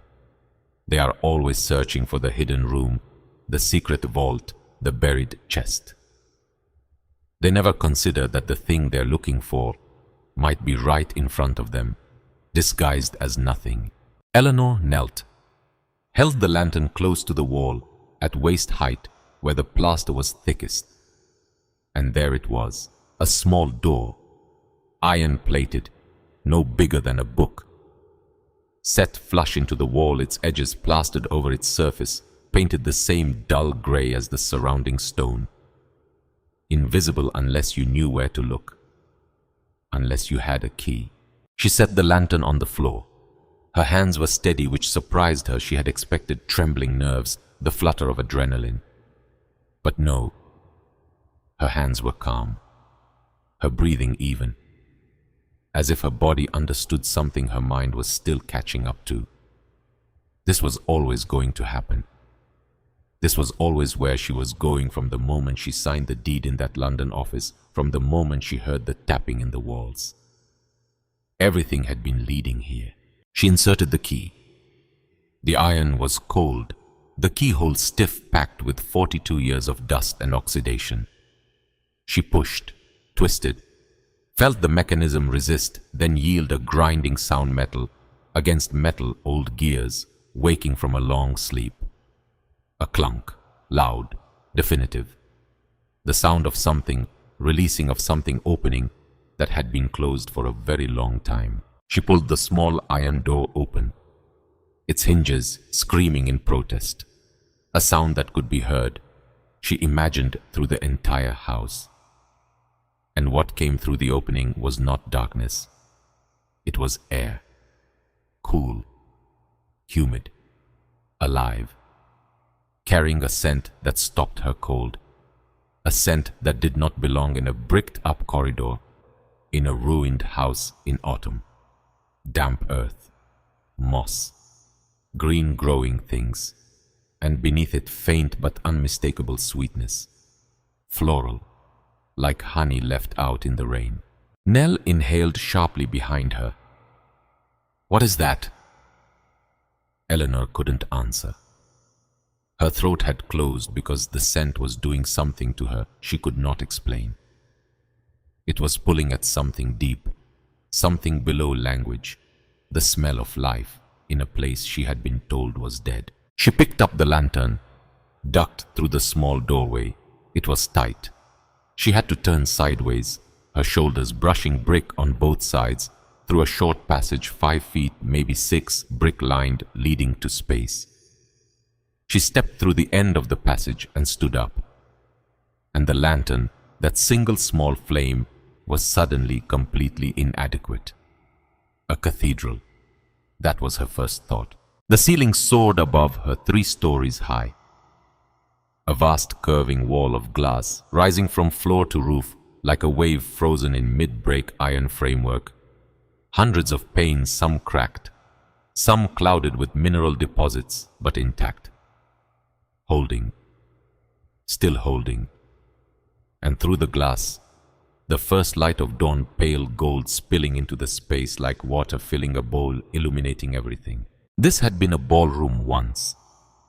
She could see the ghost of it in the proportions, the high ceilings, the remains of ornate plasterwork along the walls. But Edmund Hartwell had transformed it completely. The far wall had been removed, replaced with conservatory glass. The floor covered with wooden staging tables, tiered shelves, raised beds made of brick and lined with lead. and on every surface life. Hundreds of clay pots arranged in rows, some cracked, some broken, but most intact, and in them growing alive against all logic and all probability, and everything that should have been true about a sealed room in an abandoned house orchids. Their leaves thick and leathery, a deep glossy green beaded with moisture. Roots trailing over the edges of their pots like slow fingers reaching for the ground. Not all healthy, some had yellowed, some had shriveled. There were casualties, gaps in the rows where pots had cracked and plants had died. But most of them were alive. Nell stepped through the passage behind her, stood, stared, her mouth open, tears filling her eyes before she even knew they were coming. "Eleanor, I know. How is this possible?" And Eleanor looked up and saw the system. Edmund Heartfelt had not just hidden his orchids. He had engineered their survival, a network of lead pipes along the ceiling connected to cisterns mounted at the highest points of the conservatory, fed by channels cut into the roof that collected rainwater and distributed it through the pipe system in a slow, constant, gravity-fed irrigation. The air was moving too. She could feel it, warm air rising through vents in the floor, cool air, entering through narrow flues in the glass panels, a breathing system that maintained the humid tropical atmosphere orchids require. A machine built of brick and lead and glass, powered by nothing but rain and physics, and the desperate ingenuity of a man who loved his plants more than anything else in the world. Running for 42 years, autonomously, without human intervention, keeping these flowers alive while the rest of the house collapsed around them. It was impossible, and it was real. Eleanor walked slowly through the rows, her fingertips brushing the leaves, feeling cool moisture on her skin. The air was warm here, warmer than anywhere else in Harrowden, a pocket of perpetual spring hidden inside a shell of decay. Some of the orchids were dormant leaves, only waiting for their season. But some, a stubborn, remarkable few, were flowering. White blooms, cream deep crimson spotted striped. Each one different, each one a variation on a theme that Edmund Heartfelt had spent decades composing. And then she saw them on a raised dais in the center of the room, a circular platform of brick elevated above the surrounding tables. The place of honor, the heart of the collection, a cluster of plants taller than the rest, their stems thicker, their leaves broader, and at the top of each stem, flowers not white or cream or crimson, something else entirely. The palest lilac, so pale it was almost white at the edges, deepening to lavender at the center. And across each petal, veins that caught the morning light and threw it back in shimmering lines. Silver, actual silver, like frost on a window, like rivers seen from a great height, like something that should not exist in nature, but does, because one man spent 17 years persuading it to. Phalaenopsis harrowdensis, the Harrowden orchid, Edmund Heartfelt's masterpiece. Eleanor stood before them for a long time, not moving, not speaking. The morning light streaming through the glass, painting the conservatory in gold and green, and the impossible shimmer of flowers that had bloomed in secret for over 4 decades. She thought of Edmund, an old man alone in this room, surrounded by his creations, knowing his time was short, knowing what his sons would do, sealing the door, hiding the key, writing in his journal those final words, "Let them be the keeper of my dawns." Dawns. Because that's what the orchids looked like, each bloom a small sunrise, each petal a horizon. And this room, this hidden glass cathedral, was the place where dawn was kept alive, even when the rest of the world went dark. Nell had come to stand beside her. The girl reached out and touched a leaf gently, the way you touch something holy, and pulled her hand back, as if she'd overstepped. "It's all right," Eleanor said. "They've been waiting a long time for someone to touch them." Nell smiled, a small smile but steady. "I can help tend them. I don't know orchids, but I know how to keep things alive that people have given up on." Eleanor looked at her. This girl who had arrived soaking wet on a storm night with a handprint on her cheek and nowhere to go, who had climbed a collapsing roof in the dark, who had learned to write her own name, who was standing here now in a glass cathedral full of impossible flowers. "Yes," Eleanor said, "I think you do." News travels in a small village the way fire travels through dry grass, fast, uncontrollable, and always toward the thing most likely to catch. Nell told Reverend Ashby because she trusted him and because she needed someone else to know in case something happened. Reverend Ashby told no one for approximately 11 hours, which for a vicar in a small village was an extraordinary act of restraint. By the next morning, the entire village of Aldwick knew. The widow Ashford, the woman they had pitied, the woman they had whispered about, the woman they had expected to fail, had found a hidden conservatory in the east wing of Harrowden House, filled with hundreds of living orchids, including a species that existed nowhere else on earth. The story spread from Aldwick to the neighboring parishes within a day, from the parishes to Shrewsbury within 3, from Shrewsbury to London within a week, and the world came to Eleanor's door. First, the curious villagers, who suddenly had business on the lane near Harrowden, walking slowly, craning their necks, hoping for a glimpse through the conservatory glass. Then the interested amateur botanists, garden enthusiasts, ladies with sketchbooks and parasols, who had read about the discovery in the county newspaper and simply had to see for themselves. Eleanor turned most of them away, politely, firmly. The orchids were fragile.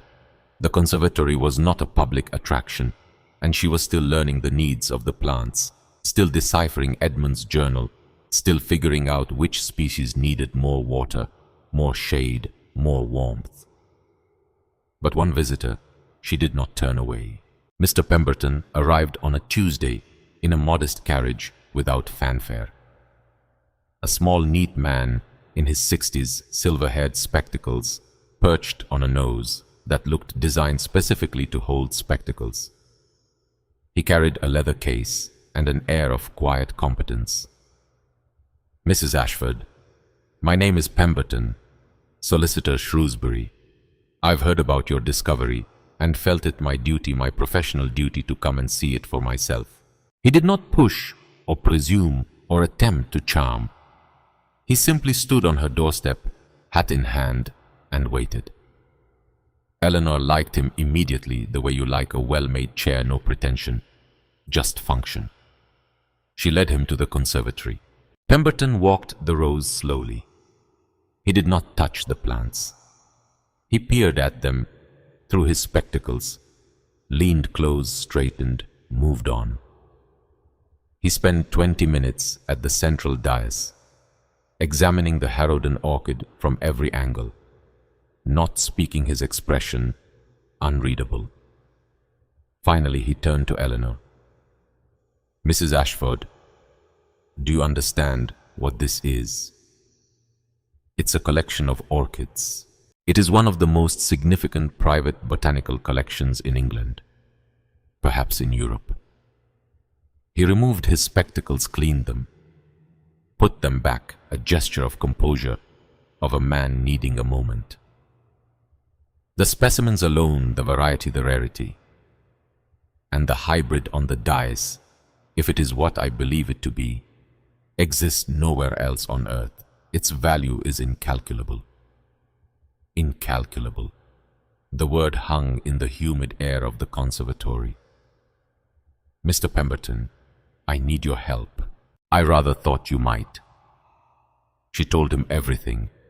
About Frederick, about Selwyn, about the 3-pound gift and the digging in the west garden and the midnight lantern outside the east wing, and the questions about architecture and the constant quiet pressure.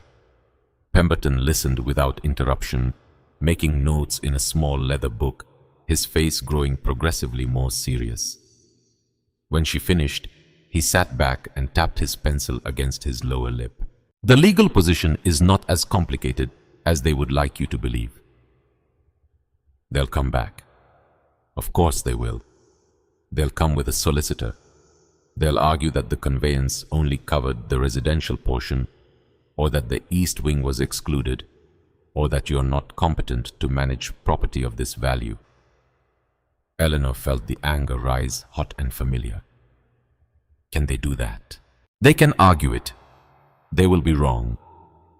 He opened his leather case and produced a folded document. I took the liberty of examining the conveyance before I came. The deed your brother-in-law signed transfers, and I quote, Harrowden House and the entirety of its grounds and associated structures within the estate boundary.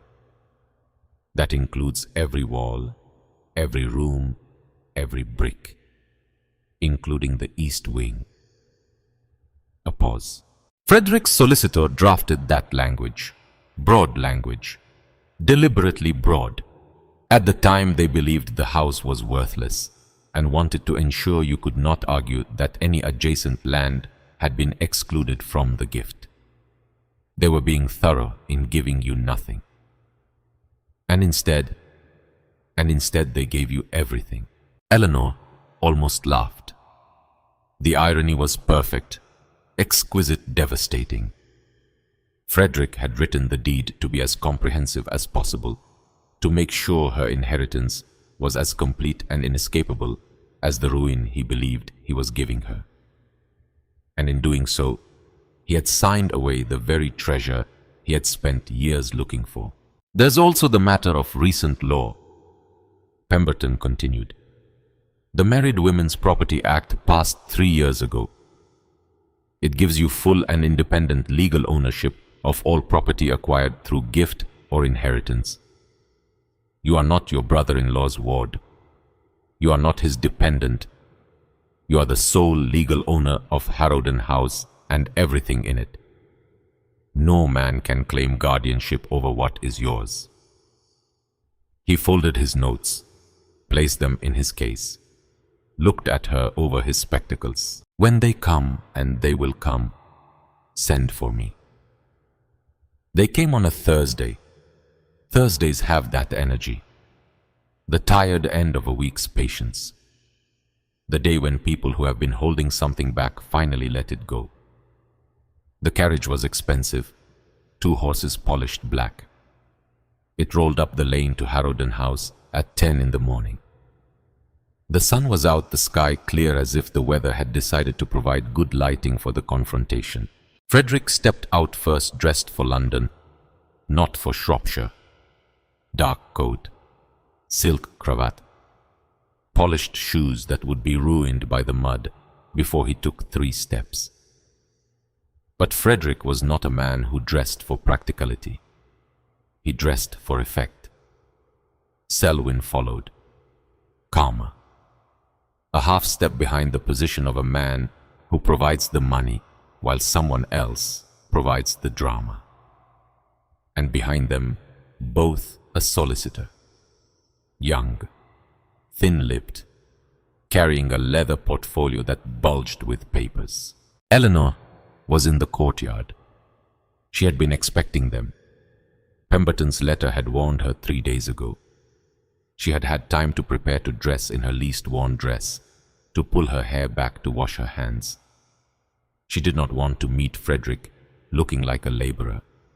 She wanted to meet him looking like what she was, the owner of Harrowden House. Moss sat beside her. Nell stood behind, two quiet presences at her back. Frederick crossed the courtyard, his shoes squelching his expression, a mask of controlled fury. Eleanor. Frederick. I'll get to the point. We believe the east wing of Harrowden House was not included in the property conveyance. The wing was structurally sealed prior to the transfer and constitutes a separate structure. Our position is that it remains Ashford family property. Flat rehearsed the words of a man who has been coached.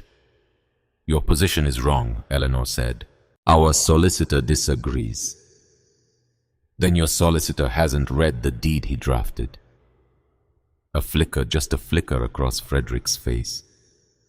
Eleanor continued calm, measured the words she had practiced in the kitchen, speaking them to Moss, while the dog watched with the patient indifference of an animal who has heard stranger things. The deed states, and I have the original document, Harrowden House and the entirety of its grounds and associated structures within the estate boundary. The east wing is a structure within the estate boundary. It was included in the transfer. You signed it. I signed it. The conveyance is complete. Silence. Selwyn shifted his weight. The thin-lipped solicitor opened his portfolio and began rifling through papers. Frederick's jaw tightened. You're a young woman, alone, managing a property of significant value. The courts may feel. The courts will apply the law, Frederick, and the law is clear. I do not require a male guardian. I do not require your permission. I do not require anything from you, except for you to leave. She hadn't raised her voice, not once, but the words carried across the courtyard into the quiet morning air, into the ears of the people who had gathered at the edge of the lane. Because of course they had gathered. This was Aldwych. Nothing happened without an audience. The baker Coombs standing with his arms folded, his wife beside him. Reverend Ashby with his hands clasped behind his back. The blacksmith from the forge. Two farmers from the neighboring valley. And others, a dozen, maybe more. The people of Aldwych who had watched Eleanor arrive on a carrier's cart, who had whispered about her behind their curtains, who had waited for her to fail. They were not waiting anymore. They were standing. Frederick looked around, saw the faces, the folded arms, the quiet, unmovable certainty in the eyes of people who had made up their minds. He turned to Selwyn. Selwyn looked at the ground.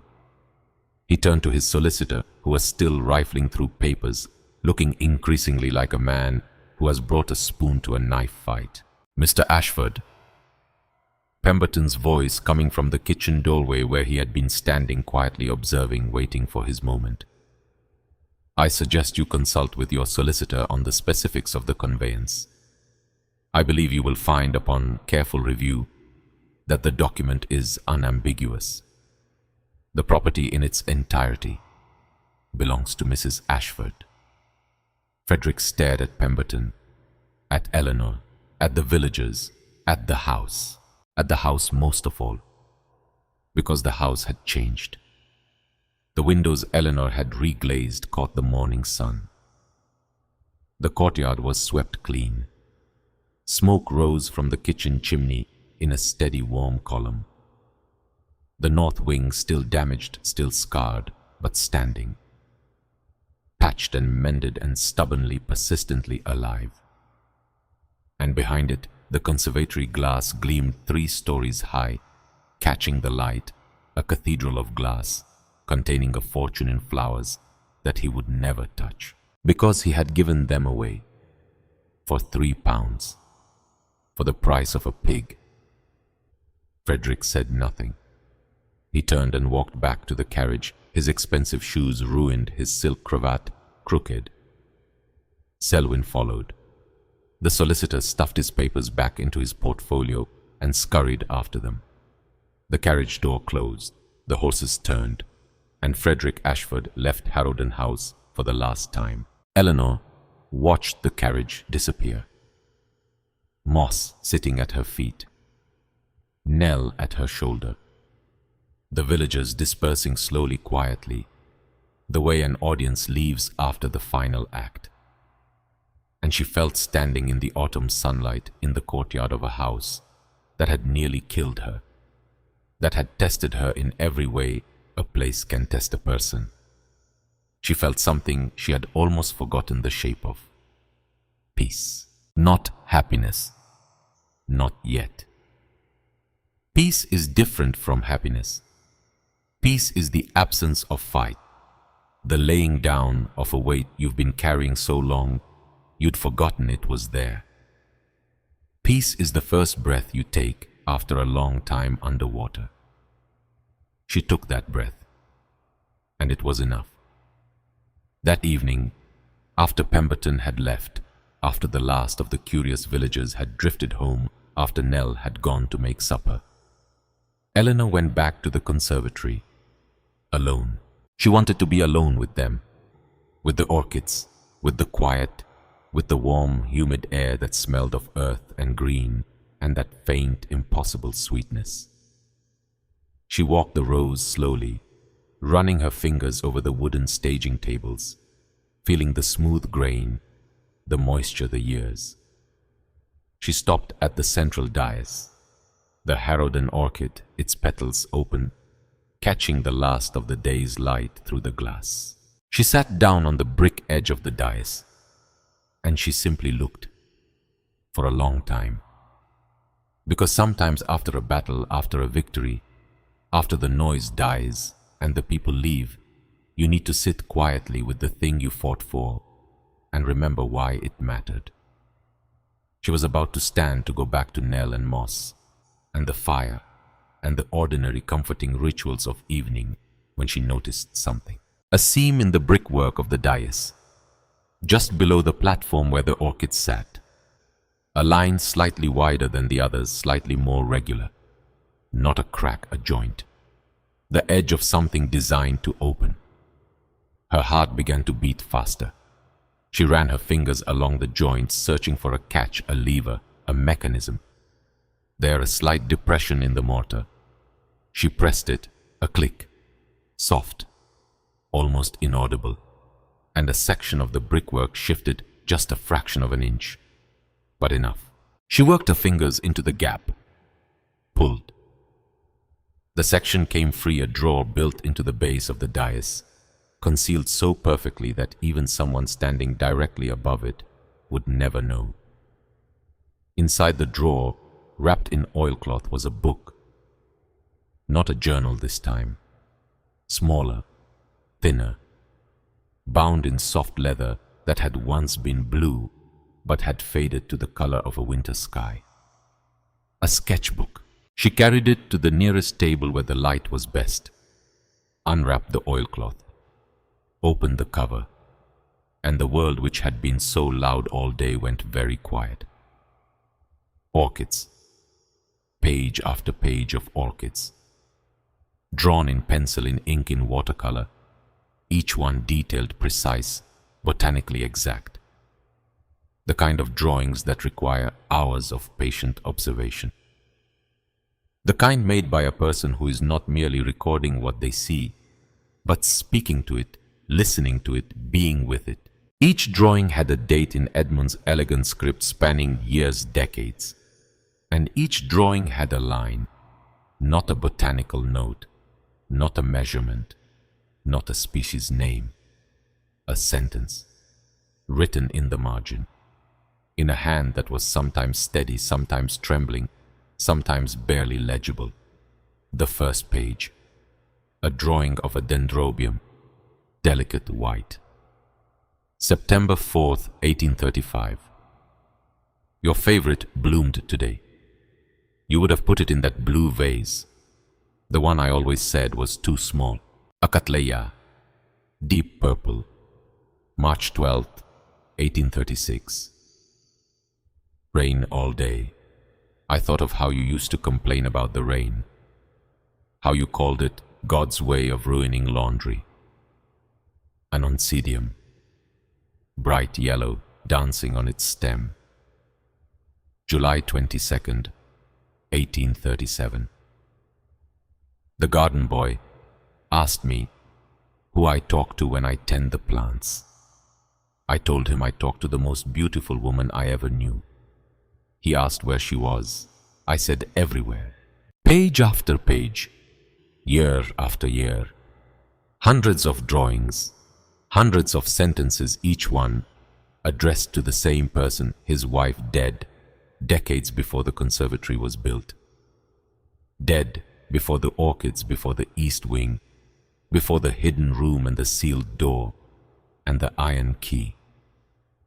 Eleanor turned the pages slowly, the light fading the conservatory, going from gold to amber to the deep blue of dusk. An epidendrum, red. November 3rd, 1838. 30 years today since you left. I still set the right side of the bed for you. I don't know why. I know why. Avanda, blue, June 9th, 1839. The boys came again, talked about money, looked at my flowers the way butchers look at cattle. They have your eyes but not your heart. I don't know how that happened.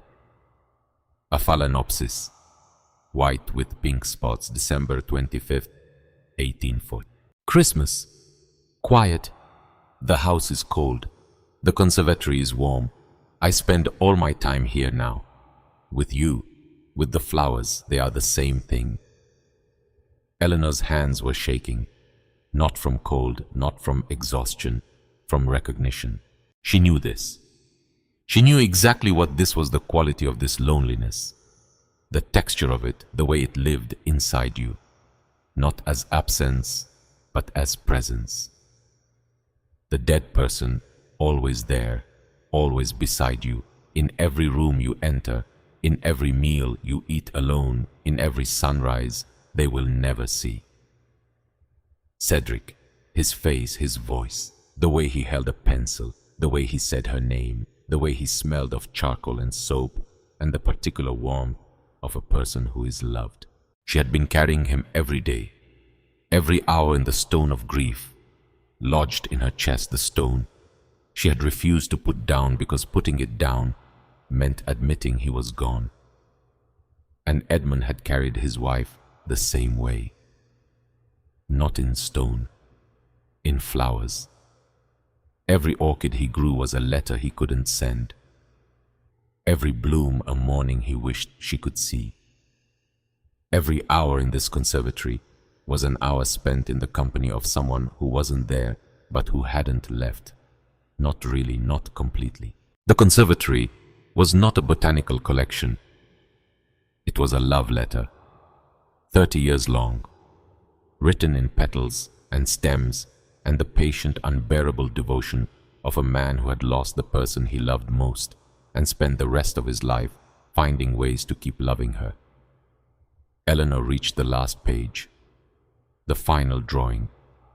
The Harrowden orchid, rendered with extraordinary care, every vein, every shade, the impossible beauty of a flower that existed nowhere else on earth. And beneath it, in a hand that had grown shaky but still held its elegance, the last line Edmund Hartwell ever wrote in this book. For whoever finds this place, don't sell it, love it, that is all I ask. Eleanor closed the sketchbook, pressed it against her chest, held it there against her heart, against the stone of grief that had lived there for months. And she cried, not the way she had cried when Cedric died. That had been a storm violent, tearing, the kind of crying that rips through you like wind through a broken window. This was different, quiet, slow, deep. The kind of crying that doesn't break you but thaws you, that dissolves not the grief itself, but the wall around it. The rigid protective shell you built to survive, cracking, softening, letting the warmth back in. She cried for Edmund, for his wife whose name she didn't even know, For 30 years of orchids tended in solitude, for a love so stubborn, so patient, so completely irrational, that it had survived death itself. She cried for Cedric, for the 8 months they had, and the lifetime they didn't, for his gentle hands and his bird sketches, and the way he had looked at her in that auction house, as if she were the rarest thing in the room. And she cried for herself, for the girl who had signed a deed without a word, who had slept under a tarpaulin, who had scrubbed floors and patched roofs and hauled water, and never, not once, let herself feel what she was feeling. Because feeling it meant it was real. And if it was real, then he was really gone. But he was really gone. And she was really here. And the orchids were really alive. And love apparently does not end when the person you love stops breathing. It just changes shape. It becomes a painting on a wall, a journal hidden in a cavity, a key in a spine, a flower the color of dawn. It becomes the thing you leave behind for someone you've never met, trusting that they will understand. Eleanor understood. She sat in the conservatory until full dark, the orchids around her, the glass above her, showing stars. Moss appeared at some point, padding through the passage from the main house, finding her in the dark, laying his head in her lap, his breathing steady, his fur warm. She rested her hand on his head, the way she used to rest her hand on Cedric's shoulder when he was drawing. A gesture so familiar it had become automatic. A gesture that said, "I'm here, you're here, that's enough." A year passed. If you had walked down the lane to Harrowden House in the spring of 1887, you would not have recognized it. The roof was repaired, new slates replacing the old. The stone walls repointed clean grey mortar in place of the crumbling gaps. Windows reglazed throughout the north wing. The courtyard cleared and swept. A kitchen garden planted where the nettles had been runner beans, potatoes, herbs. The practical crops of a practical woman. Eleanor had sold some of the orchids, not the rare ones. Never the Harrowden orchid, but the more common species, dendrobiums and cattleyas, and phalaenopsis hybrids that could be propagated and shared. The Royal Botanical Society in London purchased 30 specimens at prices that made Eleanor's eyes water.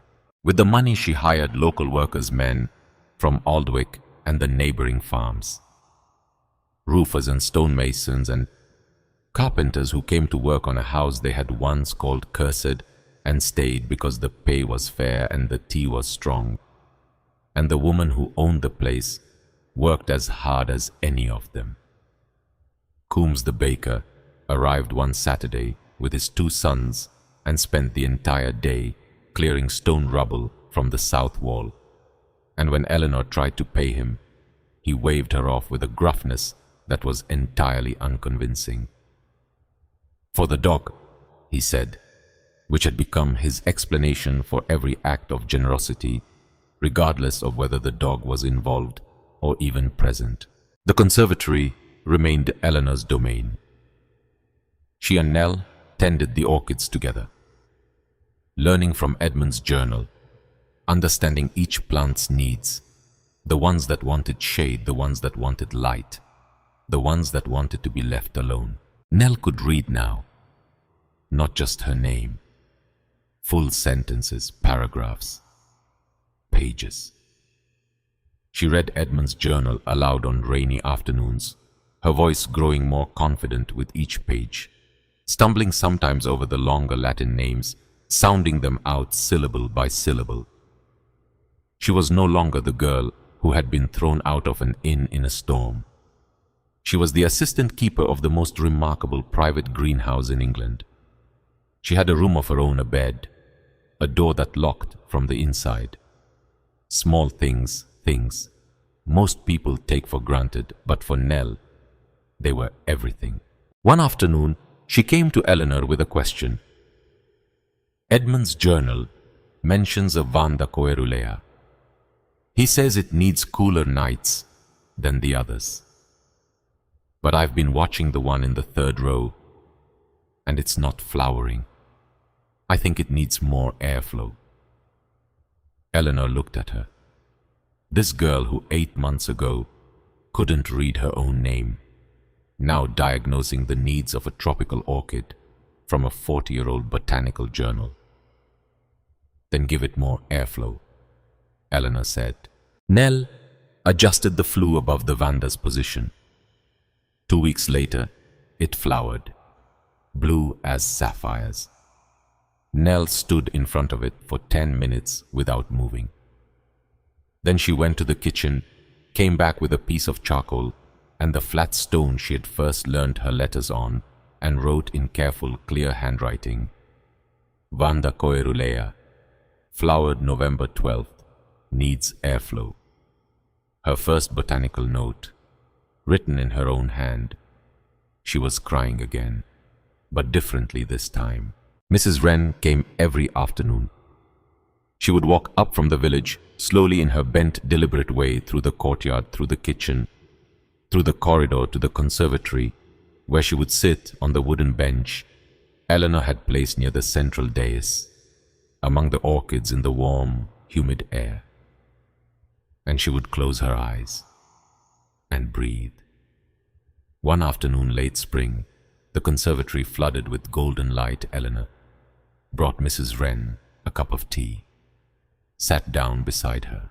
The question had been growing in her for months, building itself, waiting for the right moment. You knew, Eleanor said, about the conservatory, about the orchids. You knew all along. Mrs. Wren opened her eyes, took the tea, sipped it. My father was Edmund's last gardener. Samuel Wren worked for Edmund for 20 years. He was the only person Edmund trusted, the only one who helped him build the sealed chamber, the only one who knew. Edmund told him to keep it hidden, told him to wait. Don't tell anyone, Edmund said. Wait for the right person. Someone who comes to this house not to take but to tend. My father waited. He died waiting. And before he died, he told me. And you waited. Over 40 years. Mrs. Wren looked at her with those faded eyes, clear for a moment, sharp. People came and went. The Ashford sons, their children, speculators, treasure hunters, all looking for something valuable, none of them right. How did you know I was right? A long pause. Mrs. Wren set down her cup, looked at the orchids around them, the pale blooms of the Harrowden orchid, catching the light. Because you were the first person to come to that house and not ask what it was worth. She turned back to Eleanor. You asked what it needed. Eleanor sat with that for a moment, feeling the weight of it. The old woman had carried this secret for most of her life, keeping faith with a dead man's wish, waiting for someone she might never meet, trusting that they would come. Thank you, Eleanor said, for waiting. Mrs. Wren reached over and patted Eleanor's hand. Her fingers were dry and cool and surprisingly strong. Thank you for being worth waiting for. They sat together in the warm light. Two widows, surrounded by flowers that should not exist, in a house that should have fallen down decades ago, held together by the stubborn, irrational, magnificent refusal of certain people to give up on things that matter. Mr. Dunley arrived on a soft evening in late spring. He had made the long journey from his farm in Dorset by train, by carriage, by foot for the final mile, because the lane to Harrowden House was still more a suggestion than a road. And Mr. Dunley was not a man who expected convenience. He walked through the courtyard, his weathered face taking in the changes, the repaired walls, the clean windows, the kitchen garden with its neat rows of beans and herbs. Eleanor met him at the door. For a moment they just looked at each other. This man who had pressed a purse of coins into her hand when she had nothing. who had paid for a carrier's cart, who had done the only kind thing anyone had done for her in the darkest weeks of her life, and then gone home to his farm and hoped quietly that it mattered. "Come in," Eleanor said. "I want to show you something." She led him through the house, through the corridor, through the passage into the conservatory. Mr. Dunley stopped in the doorway, his rough farmer's hands hanging at his sides, his mouth open, his eyes moving slowly across the rows of orchids, the glass walls, the green and the gold, and the impossible blooming life of a place that should not exist. He walked to the central dais, stood before the Harrowden orchid, looked at it for a long time. This man who knew the value of growing things, who understood what it meant to plant a seed and wait and hope and tend, year after year, without guarantee. He turned to Eleanor, and his eyes were bright. "They gave you a ruin, Eleanor." She smiled, a real smile, the kind that starts deep and takes its time reaching the surface.